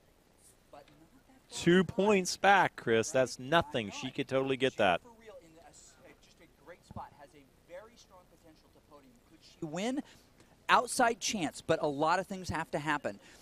Beth York sitting comfortably in that 4th spot. But that's a great one spot. 1 point away from 3rd. That's exactly right. She may want to climb up, and then it's really a tight race all the way throughout. Now, Inga Jansen found herself a little bit off the back and then a mechanical in that last round. But she is back in full force, I believe, in this one. She definitely got acclimated again and back on the bike and into, with only 20 seconds left, she got back into the field. So she is a teammate of worth here. Okay. This is true. This is true. Here it's time for the race. I'm going to kick this thing off, and the gate is going to drop, and I hand it over to my man. All right, here we go. Here we go. And the gate drops. Here we go. We got Emily Joyner right on the front. There we go. She's taking off just like she did in the previous one. Rock and roll. We got Athena Padovas in second place. She is rolling as well. She just finished super strong. And who comes from the back? It's Carrie Conover. She is rocking, stamping her seal of approval, showing everybody that I just won that race. I'm going to win it again. Right away, who jumps on her wheel? Cabot Kubota does, and that is exactly what she needs to do. She struggled a little bit there in the end, but now she is back in this flat criterium. All the ladies are using their power-ups. They've dropped all those things. You see those trucks, those aero helmets. That gives them a little bit of advantage right in the beginning. They're allowed to use them right at the beginning of the race, but then they have to get rid of them. It's 15 seconds, and that's all that they've got, and they're done. Here we got Claudia Behring right there. She is right in the group. It is single file. What that means when you see riders single file, it means it's hard at the front. Nobody wants to take a pull, and that is really part of bike racing. It's a huge part of bike racing. We have two Vixen riders. We got Carrie Conaberry and Inga Johansson in first and second place, followed by Jennifer Rial in that yellow Z's jersey. So all of a sudden, it makes something, and here we finally, now there's our Esther Measles. She comes up in that blue Wahoo jersey right there. She is rocking and rolling. She's back in the game. She is excited to be there. She is glad. I think she's out for blood here, Chris. I mean, she's maybe a little bit of blood. She is. I know she is disappointed in herself. That was not what she expected in that second race. So I know she is going to go for the win here. Yeah, she's come a long way to be able to do this race. Maybe not as long as someone like Inga Jansen, but she definitely wants to feel. Now, you'll see this a little split in the road here. They're going to take the road less traveled. They're going to slide over to the right here and start to head out onto what is the volcano circuit. Now, as we look at the telemetry here, we'll see that they're all together, but you get a sense of what this is shaped like. Long tail to approach. They're coming, you see they're coming around that corner. They're about to do that long last stretchy section before they get onto the circuit proper. Now, they still won't be counting laps until they come, again, they'll go to the left, until they come around into the caldera, which will be visible very soon. That shows them the archway that can lead them to victory or possibly to another dimension, hard to tell. It is in the guts of a active volcano, which I'm quite certain is not OSHA approved. But since it's a virtual world, we can break reality a little bit because in a virtual world, I'm also very handsome and have lots of hair. But since I don't have that to prove here today, because I'm not in the world, in fact, we look at this group. Allison Kubota is on the front right now. Inga trolling the front for her teammates. This is now the Velocity Vixen game. Claudia Behring is going to try everything she can to break it up.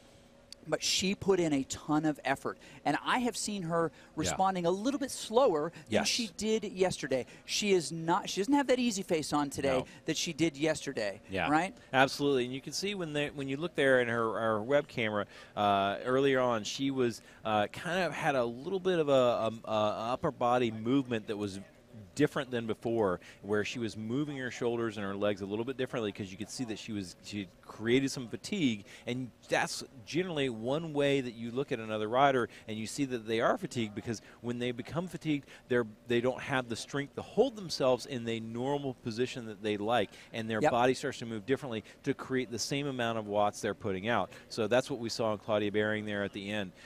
So we'll see how she's recovered in those 3 or 4 minutes. Right now we're heading in through this tunnel, and then you're going to see a little bit of this cave action here inside the volcano where we see some lava. Don't go off the road. No, stay on the road. Da, da, da, da. Think a little Legend of Zelda here. We unlock a secret. It is the realm inside here. This is the caldera, right? It is where all the bubbling lava is, and somebody had the bright idea to put in a road, but we think it's pretty dang cool. They're coming up to the archway, which serves as the finish line. And as they do, I want you to look off. I'm talking to you, Internet. Look off to the side, and you'll see a little marker that tells the number of laps. Now, when they come through this time, it says 3 right now, and as they go under, it's going to keep saying 3 because they haven't done this full lap yet. So they're going to mark that down, 3, then 2, then 1. So every time we come through the caldera under that arch, you'll understand how long they have to go. So this now becomes a very strategic race, a race that favors the team in here. Yes. Now, all of these riders for this team, Velocity Vixen, you may be thinking, that's not fair, but you're right. It's not fair, and I apologize. Hey, life's not fair, Chris. Come on. It's true. It's not fair. And they're like, but my mom told me that. It's true. It's true that they did. But these riders now have the ability to influence the race in a way that a single rider cannot. here are a couple of the strategies that they could use, and then you tell me a couple of the ones that I think. Here's what we saw just a little bit ago. But before I do that, Jennifer Reel decides she wants to show off a little bit. She's tired of us talking about Velocity Vixens, and she says, I want you to see my pretty yellow jersey on my avatar there. And she does a little bit of work on the front. She's getting some coaching from behind there. He may be coaching or maybe just talking about decorate. I don't know what he's talking about. It's hard to tell. We won't put a mic on him either. Now, she slides to the front, but it just gets a little bit more aggressive here. Things are going to happen in an interesting way. So option number one is that they can send riders attacking off the front. Right. So you could send Emily, then you could send Beth, then you could send Carrie, then you could send Inga. Each time you do that, you force someone like Claudia Behring to respond, Jennifer to respond. Yes. But again, your team can sit in the draft and get the benefit of that. Exactly. And make them expire the efforts that they have. But right now, Claudia Behring has shown us that how many more efforts does she have in her? One more. At least one more, right? Yeah, one more. But look at that face of determination. Now look at Emily Joyner. She's being smart again, right? She's staying cool. She's got another ice sock around her neck there like she had earlier. She is staying cool. She's got to make sure that she keeps cool, because keeping your body cool when you're performing hard physical exercise like this, it helps to produce more wattage. Now they're going up a hill here. They're going uphill. Look at Claudia. Look at Claudia. She's on the front. She's out of the saddle. It's actually Beth York who was on the front briefly there, and then lets the others come around. She instigated the pace, which is a very common Velocity Vixen approach here. She instigates the pace and then hands it off to somebody who doesn't want it, right? She goes, chase me. Oh, no, tag, you're it. And Esther is on the front, right behind her, Claudia Behring, who is doing exactly what she has to do, unfortunately, right? She does have her teammate. The right thing to do, if Allison Kubota is truly racing for her teammate, Vision teammate right now, is to get there, and she's the one who chases those down. Exactly. Right? Keep your avatar or your actual cyclist out of the wind as much as possible. That's a protected rider. At the same time, though,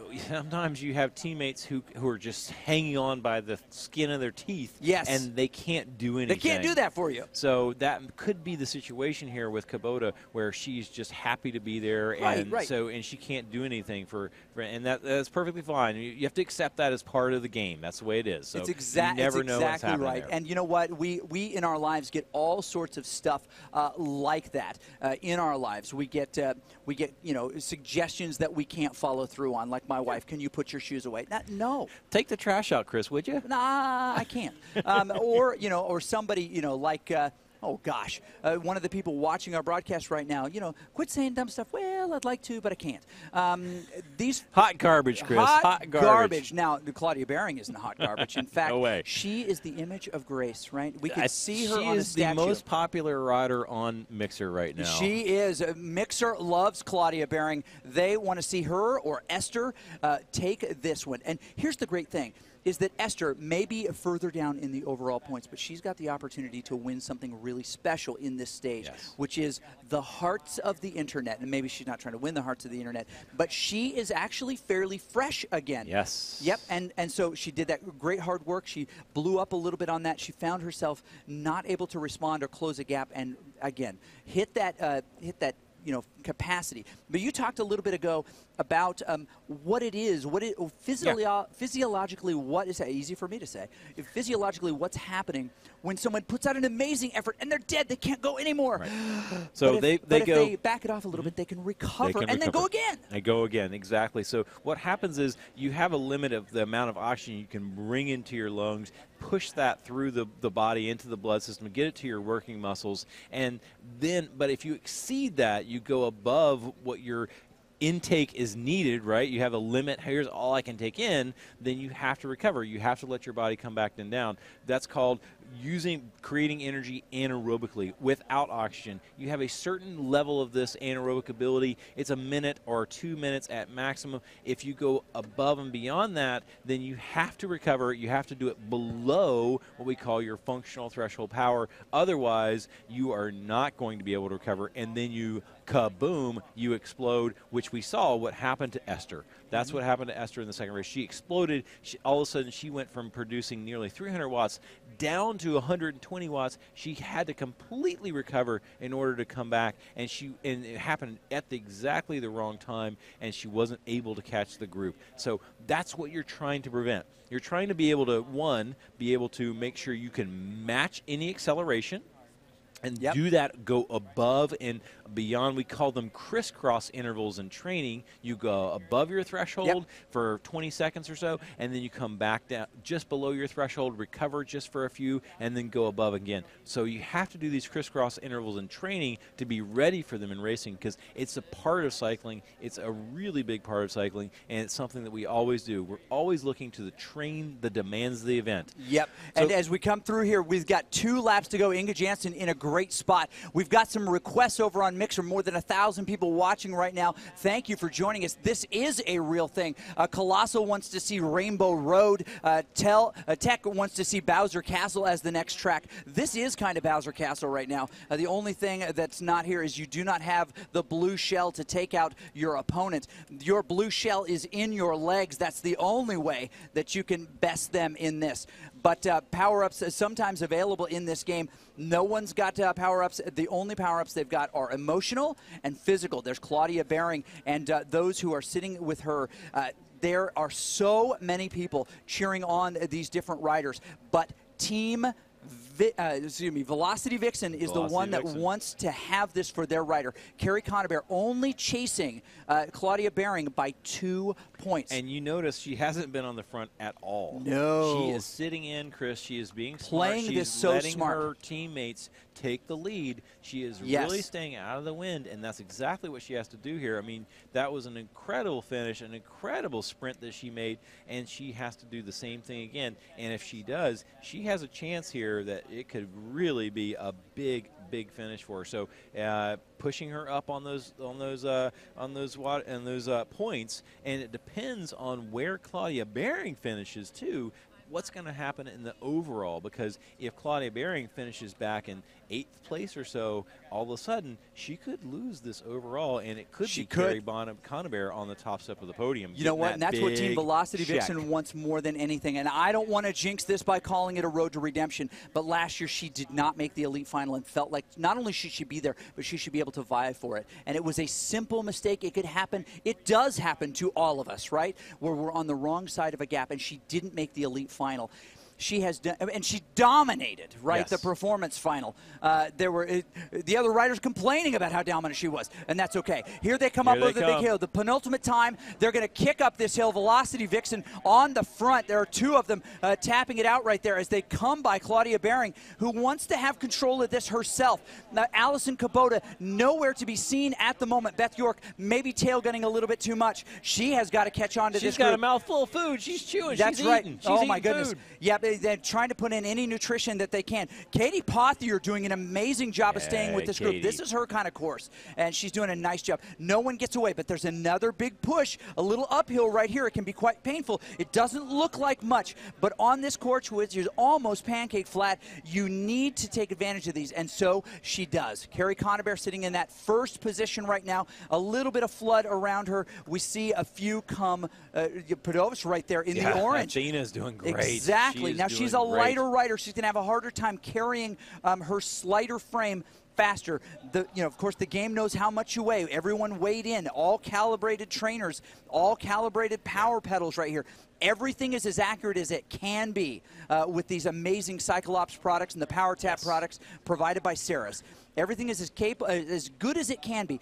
And no one got away on that penultimate dig up there. We're going to do it one more time. Yep. And Chris, this was, I mean, it's just not quite long enough to really put the hurting on. It's not like the hilly reverse loop that we just did. But at the same time, it takes the sting out of your legs, and that's what some of these riders want to do. They accelerate, they go hard on this because the riders who are good at sprinting can do these hard, sharp efforts and then recover quickly. But the other ones who can't, then that takes it out of their legs. They don't have that same snap. They don't have that same sprint when it comes to the finale, when it comes to the finish line. So that's the tactic here. Some of these riders that are just pushing really hard and taking it away. It's so true. We've got so many people watching on social media right now. Thank you very much, all of you on Mixer. Great platform on Facebook. And, of course, on cycleview.cvrworldcup.com, where not only can you choose the riders that you want to stay fixed on, and that's a great place to do it, but you can also cheer. You could actually send Claudia Behring a $1 cheer in there, and half of that goes directly into her prize pool, the other half into the big prize pool. And she could see your message on screen like do it for me. Do it for me, Claudia. Yeah, absolutely. I mean, that's the thing, right? I mean, Claudia Behring, she is the most popular rider right now on Mixer. And if you guys want to jump in, go to the CVRWorldCup.com site and jump in and give a cheer. Give a cheer. Give her a cheer. Give her $20. Give her $50. All right, so we'll ask everybody who's watching and listening right now, take one moment and put the name of your favorite rider, just the name in there. You don't have to put any other thing with it. And let's get a sense of where people are. This is Grupo Compacto. Everyone together for the big finish. They're going to come around one more time here. They've got one full lap in the books, about to have 2 full laps in the books. They're going to come through this section again. They're going to go back into the Caldera. Athena hanging in there. She is popular. Look at those socks. Purple socks are the way to go, I am told. The little bit of fashion happening here. These riders all in the LA Velodrome. Now, I broached a story just a moment ago, and then we broke off of it because of too much excitement. But that was the idea that Kerry Conaber, who is now sitting in second place, could actually win this. After last year in Paris, not even making the elite final. Her teammates are fighting as hard as they can. They could come in dead last, but if their gal gets not just on the podium, but to the top of that podium, but there's somebody who wants to break this up. Esther Meisels has come too far and worked too hard to let this story play out. Yes, it's a feel-good story of the year. It's worthy of an after-school special. This could be a very special Full House. Oh my gosh, Full House! What a visual there. Yes, exactly. This could be one of those after-school specials. We are 1 lap to go, Chris. One lap to go. This is it. They're going. They're going to push themselves. It's going to come down to a sprint unless we see an attack or two, and I think that we are going to. But at the same time, back to those team tactics. Here we have 3 of the Velocity Vixens on the front, and that's something that they're going to do. They've kept Kerry out of the wind. They're letting her just sit in the back here. There's Beth York. She is pushing herself. She's looking a little stressed there, but at the same time, I know she is riding hard and riding strong because that is what she does. She is a serious competitor. Here we have as well Esther Meisels. She is on second place, sitting on Claudia's wheel. Doesn't want to let anybody go. No kidding. Flat section coming up right here. And again, a moment ago we said that this is where a lot of the action is happening, and we're going to have a chance to see that again. But Claudia is actually not trying to dictate this race. There are too many strong riders with her. She could attack right here, but she might blow up. Her heart rate has been pretty high for a while. She's putting out pretty high watts, but she's not holding the front. Velocity Vixens kind of keep taking it away from her and setting the pace. What pace they set, well, it's up to them, right? Exactly. It's exactly what they want. Emily Joyner in that group, Beth York in that group. Who else am I missing? Inga Jansen in that group. And, of course, the Eau Patron here, Kerry Conaber. Yeah, she is doing a great job. Everyone here, Jennifer Rial, Esther Meisels, Kubota is there. Don't forget Kubota. Now, she she did an incredible effort yesterday. It was very impressive. She has got this time trial ability to just drill it off the front, and she does not have a sprint. And yesterday she tried to go early and then faded, and they caught her. But today, you know, I really got to think that's her only tactic at this point. 1.6 miles to go. It is coming down to the finish line, and she needs to go if she's gonna go. We saw that. Oh, Allison at the front doing the work that we thought she would want to do. Here she is. Yep, but Vixens won it themselves. They're going to try to push to the front here. The crowd goes wild here in the LA Velodrome. This is the time where things are going to happen, but look who should come off the front. Athena. No kidding, Athena. Who the heck are you? Hey, new girl, don't you know that that's not what you're supposed to do? Esther Meisels comes around and says, oh, yeah, what was that? And, in fact, that was her exact quote. We'll actually get it for you in the transcript. She's not even pedaling. She came around her. She's like, I just coast around her. I'll just coast around her. Athena putting in a little bit of work there and making the others respond where she wasn't able to. Now, she's back in the group here. She wants a nice big finish, but it is time. It's time to make this happen. They're going to go inside the Caldera one more time. 1.4 miles to go here. About how many kilometers is that? Yeah, I mean, it's like 2.1 kilometers. So I was going to say, I'll away. have to take off my shoe. I don't know. I got to use all my fingers and a couple of toes to figure it out. Calculus, man. Now, Calculus. this is not the last time inside the Caldera. I have mistaken it many, many times before. Now, real men like Nathan Guerra know the count of laps. They don't have to do this, or someone like Jesper Anker. But I have to count. Now, as we come around here, we're getting lots of ride-ons. Coming to Beth York here, people just love them some Beth York. She is definitely looking fatigued here. Not as glamorous, per se, as she might have been on the stand here, but she doesn't care about any of that. She wants her teammate, Carrie Conaber, to get a win. She wants to drive down. They don't even have to win. They just have to get her 3 points. Yes, that's right. Carrie has to finish 3 points. So it could be if she finishes 4th and Claudia finishes 6th, that's enough points. If she finishes 5th and Claudia finishes 8th, that's enough points as well. That's actually even 7th, she could still finish. But what they want is they love to have the win. But you know what? There are other people with their mind on the win. Folks like Jennifer Reel.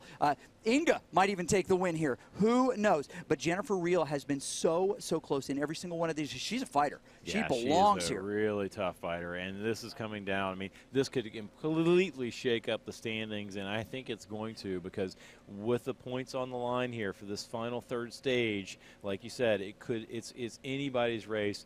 And I tell you what, it's Claudia Behring's race to lose. She has to finish in the top 3. She does. She really does, because the chances of her, if she finishes 4th, it could be bad for her. So she's got to be there. It's true. If she finishes in front of Carrie Conaber, she's got this thing. Yeah. If she finishes behind Carrie Conaber, it all depends on what the gaps are, right? Yeah. One position gap may or may not bring it. They could end up in a tie, and then, of course, those go to the fastest time overall, which at this point I think favors Claudia because of that climb. They all had the sprint finish the last time. So Claudia, if she ends up with a tie in points, what she can't allow is Carrie Conaber to cross the line first, because then it's the waiting game as people start to do the math. Math is hard. Okay, as we're coming back inside, this is the big finish. This is the big finish to the LA Major. And coming around here right now is Emily Joyner, and she's going to try to take the front of this thing. Carrie Conaber way off the front. Can you believe it? She's going to go as hard as she can. Emily Joyner right behind her, but Claudia Behring coming very, very quickly, but still 2 seconds back. It doesn't look like Carrie Conaber is going to get caught. Claudia Behring, as we look from her view, she doesn't even have her in view. Carrie Conaber is going to win this thing. CVR LA, unbelievable. The World Cup Major, it is Carrie Conaber. Unbelievable. Coming around her at the very end. I can't believe it. That is enough points. Even if Claudia puts herself in second place, that's a 4-point difference, 20-16. Quick mass there. And we're going to see this in just a second. We're going to see as they bring up the details. I think we're going to have it. We've got quite a bit of scuttlebutt over on the line there. We do love it. Okay, we're going to take a look at the replay. We're going to take a couple of centering breaths. I couldn't tell. Let me guide you through it. Let me be your spirit guide. I couldn't tell. What happened? Okay, Carrie Conaber knows what she has to do at the end here. Claudia doing everything she can to stay at the front of this thing. Doesn't want to let Carrie get away, looking at her constantly, making sure she knows where she is. As they come in the gate for the last time, you'll notice this ramp up. Although we're looking at it from the back, look over on the right side. Allison Kubota, who is holding that Padovis right there, right, also on the front. But then the hounds are released, and the Vixen rider, Conaber, comes to the front and gets a gap. Meisels tries to close the gap, but can't. There we are looking at her right now, Carrie Conaber on the front of this race. And she sees nothing but victory right there, getting as low as she can. We're looking right now not at the first place rider, but the second place rider, Claudia Behring, as she's trying to claw back Carrie Conaber. But it's not 1 second, it's not 2 seconds, it's 3. And Beth York comes around her. her, knocks her back, and look at that. Pothier makes it into second position right there, redeeming her whole trip, her day, with that podium finish on this final stage.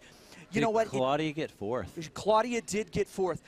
She knew that she couldn't allow Carrie to win. She knew that she couldn't. Whew. Wow. I'm going to take a moment because I'm getting emotional. I just saw Carrie's face. I know what this means to her and her team. So, very, very exciting stuff. Wow. Katie got fourth. We just heard it from our chief official. Chief official. Yep. Hugs all around. Those of you who are watching on the interwebs, my goodness, you have just been inaugurated. Baptized, in a sense, into what virtual cycling is all about. The hardest video game ever. And I am here with my guy, Hunter Allen, and he is a super coach. Holy smokes. I'm like exhausted just watching this thing. I mean, this is incredible. This is incredible, Chris. That finish was unbelievable. There's so much going on. And at the same time, it's like, wow, Carrie Conaber has stamped, again, a second stage win here. Yep. I mean, that's incredible. That's incredible. And I think that we need to acknowledge, you know, because people are like, oh, wow, she's so powerful. Yes, she's so powerful.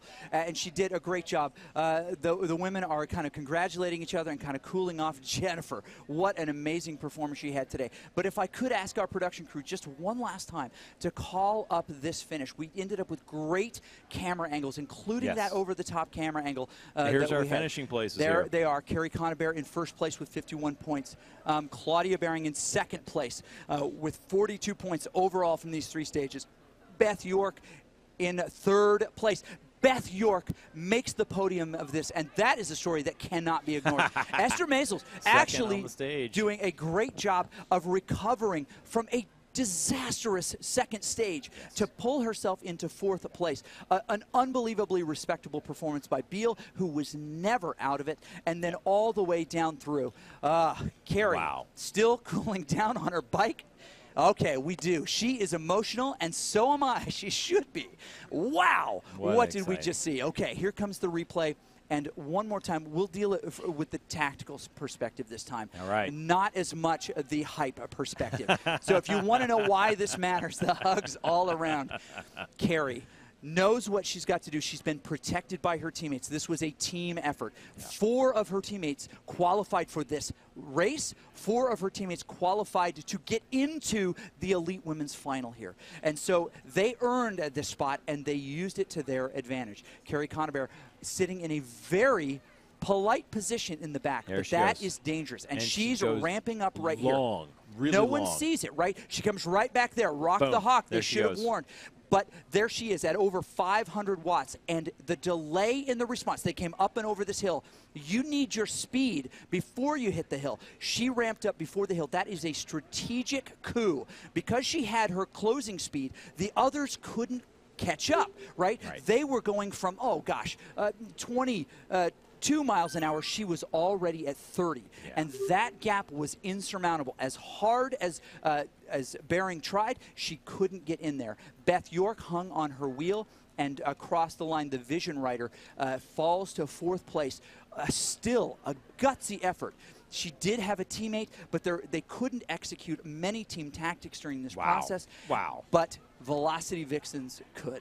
That was impressive. That was really impressive. Okay, here are your final results for this women's. In first place, Carrie Conaber.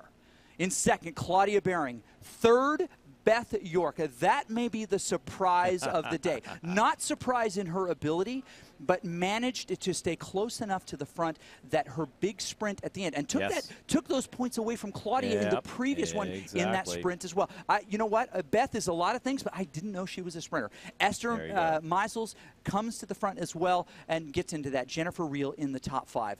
Worth pointing out, Emily Joyner, the teammate of both Beth and Carrie, finds herself in there. Allison Kubota, who dominated in the first day. A very strong performance, but not in the top groups. Athena. There you go. A lot of people thought she was the only rider in here who climbed through some of those ranks. No, 2. There were 2 of them. 2 riders, but a lot of people say, oh, well, you know, they're new to this. This is her first real racing event. She finds herself in 8th place overall. She's got a real future in this sport. Absolutely. And I hope that she continues to get great coaching and do great stuff. And then Katie, who did fantastic work in that final sprint, not to be forgotten. That I believe she was second or third over the line. Yeah. She was right. Great job. I mean, that was incredible. She came back. She really struggled in those first 2 stages. Came back. She acquitted herself very well in that final. And we have Inga Jansen in 10th place there, and a great effort by her as well. Great help for the Velocity Vixen team, because that was a big part of that. So what an effort. What an incredible No kidding. finish. What are you thinking in your mind? Are you think that this is incredible?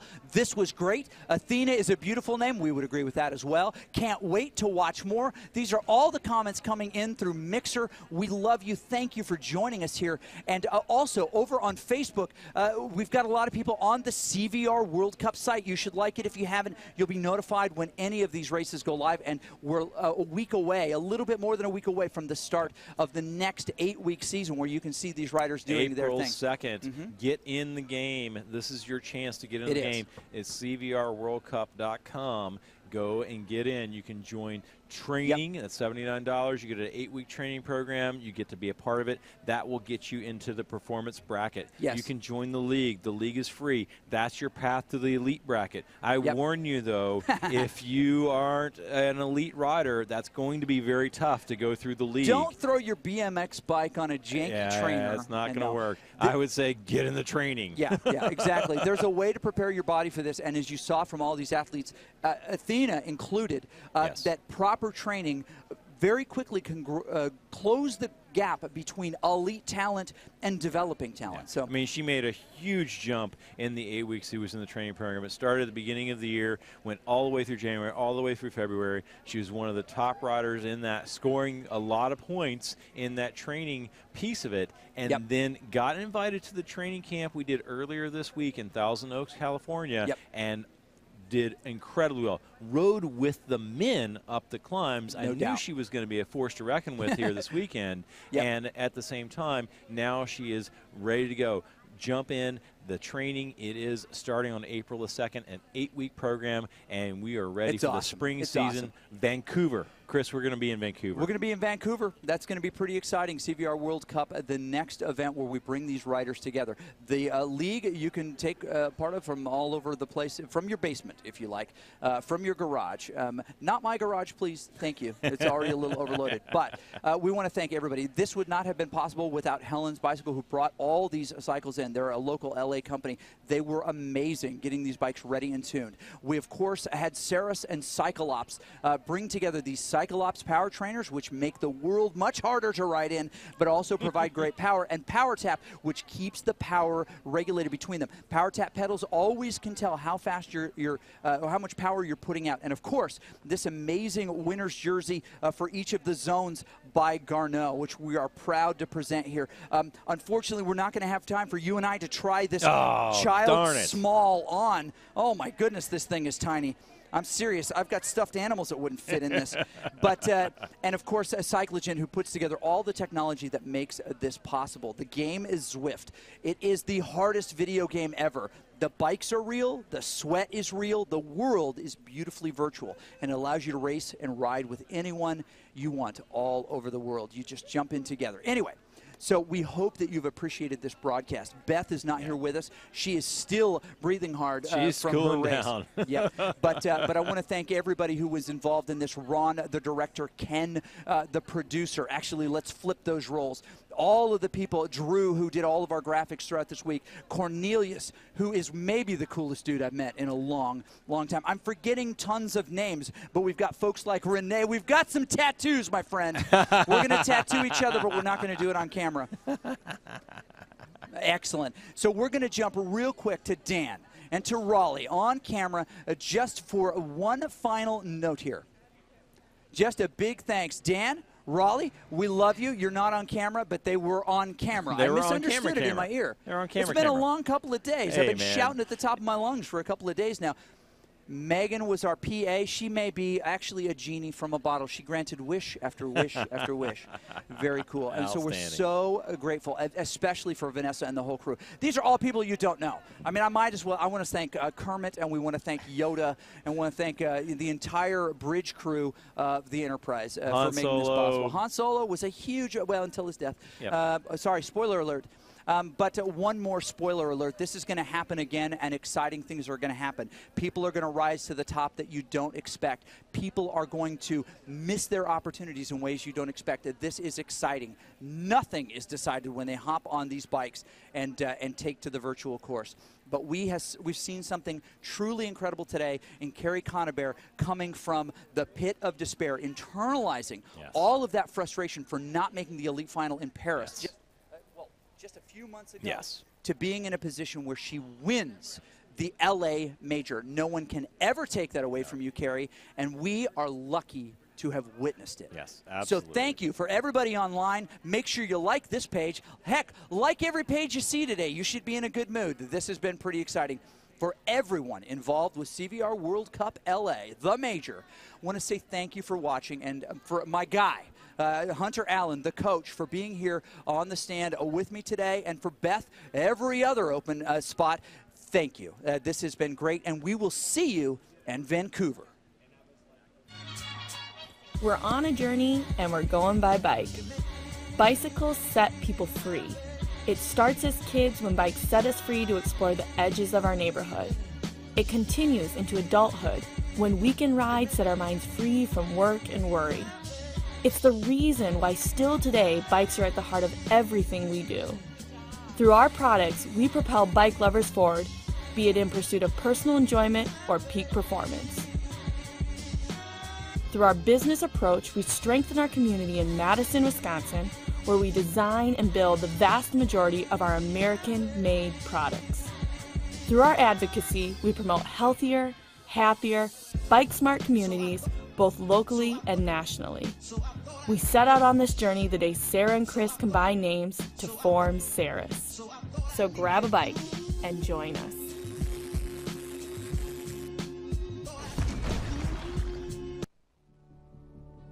What is it about riding a bike that is so liberating? What unites us all is the craving for that special feeling. This is what inspired the developers at Garneau to create the innovative, award-winning X-Comfort technology, optimizing comfort to maximize performance and, most of all, the good feelings that make us so passionate about riding. The brand new X-Comfort Zone incorporates an elasticized zone that expands up to 5 millimeters to accommodate B through D+ foot widths. We all pedal in the same way. As you push down, your toes naturally splay. And the dynamic changes that happen inside your shoe as your feet contract and expand under pressure as you ride. The pressure and friction created as the outside of your foot expands over and over against your shoe can create serious and painful hot spots and irritations. The longer you ride, the worse it can become. This makes for a level of never-before-experienced comfort in the highest performing cycling footwear. Every cyclist rides for that special feeling that cycling brings to us. Each one of us has our own version of what it means to enjoy the ride. We just help make it possible.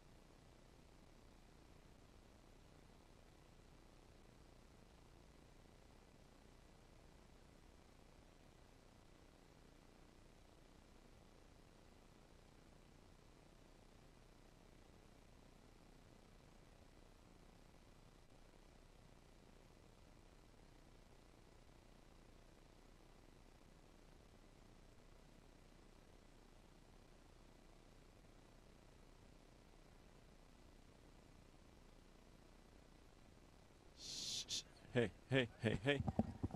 Hey, hey, hey, hey, hey, hey. Hey, hey, hey, hey, hey, hey, hey, hey.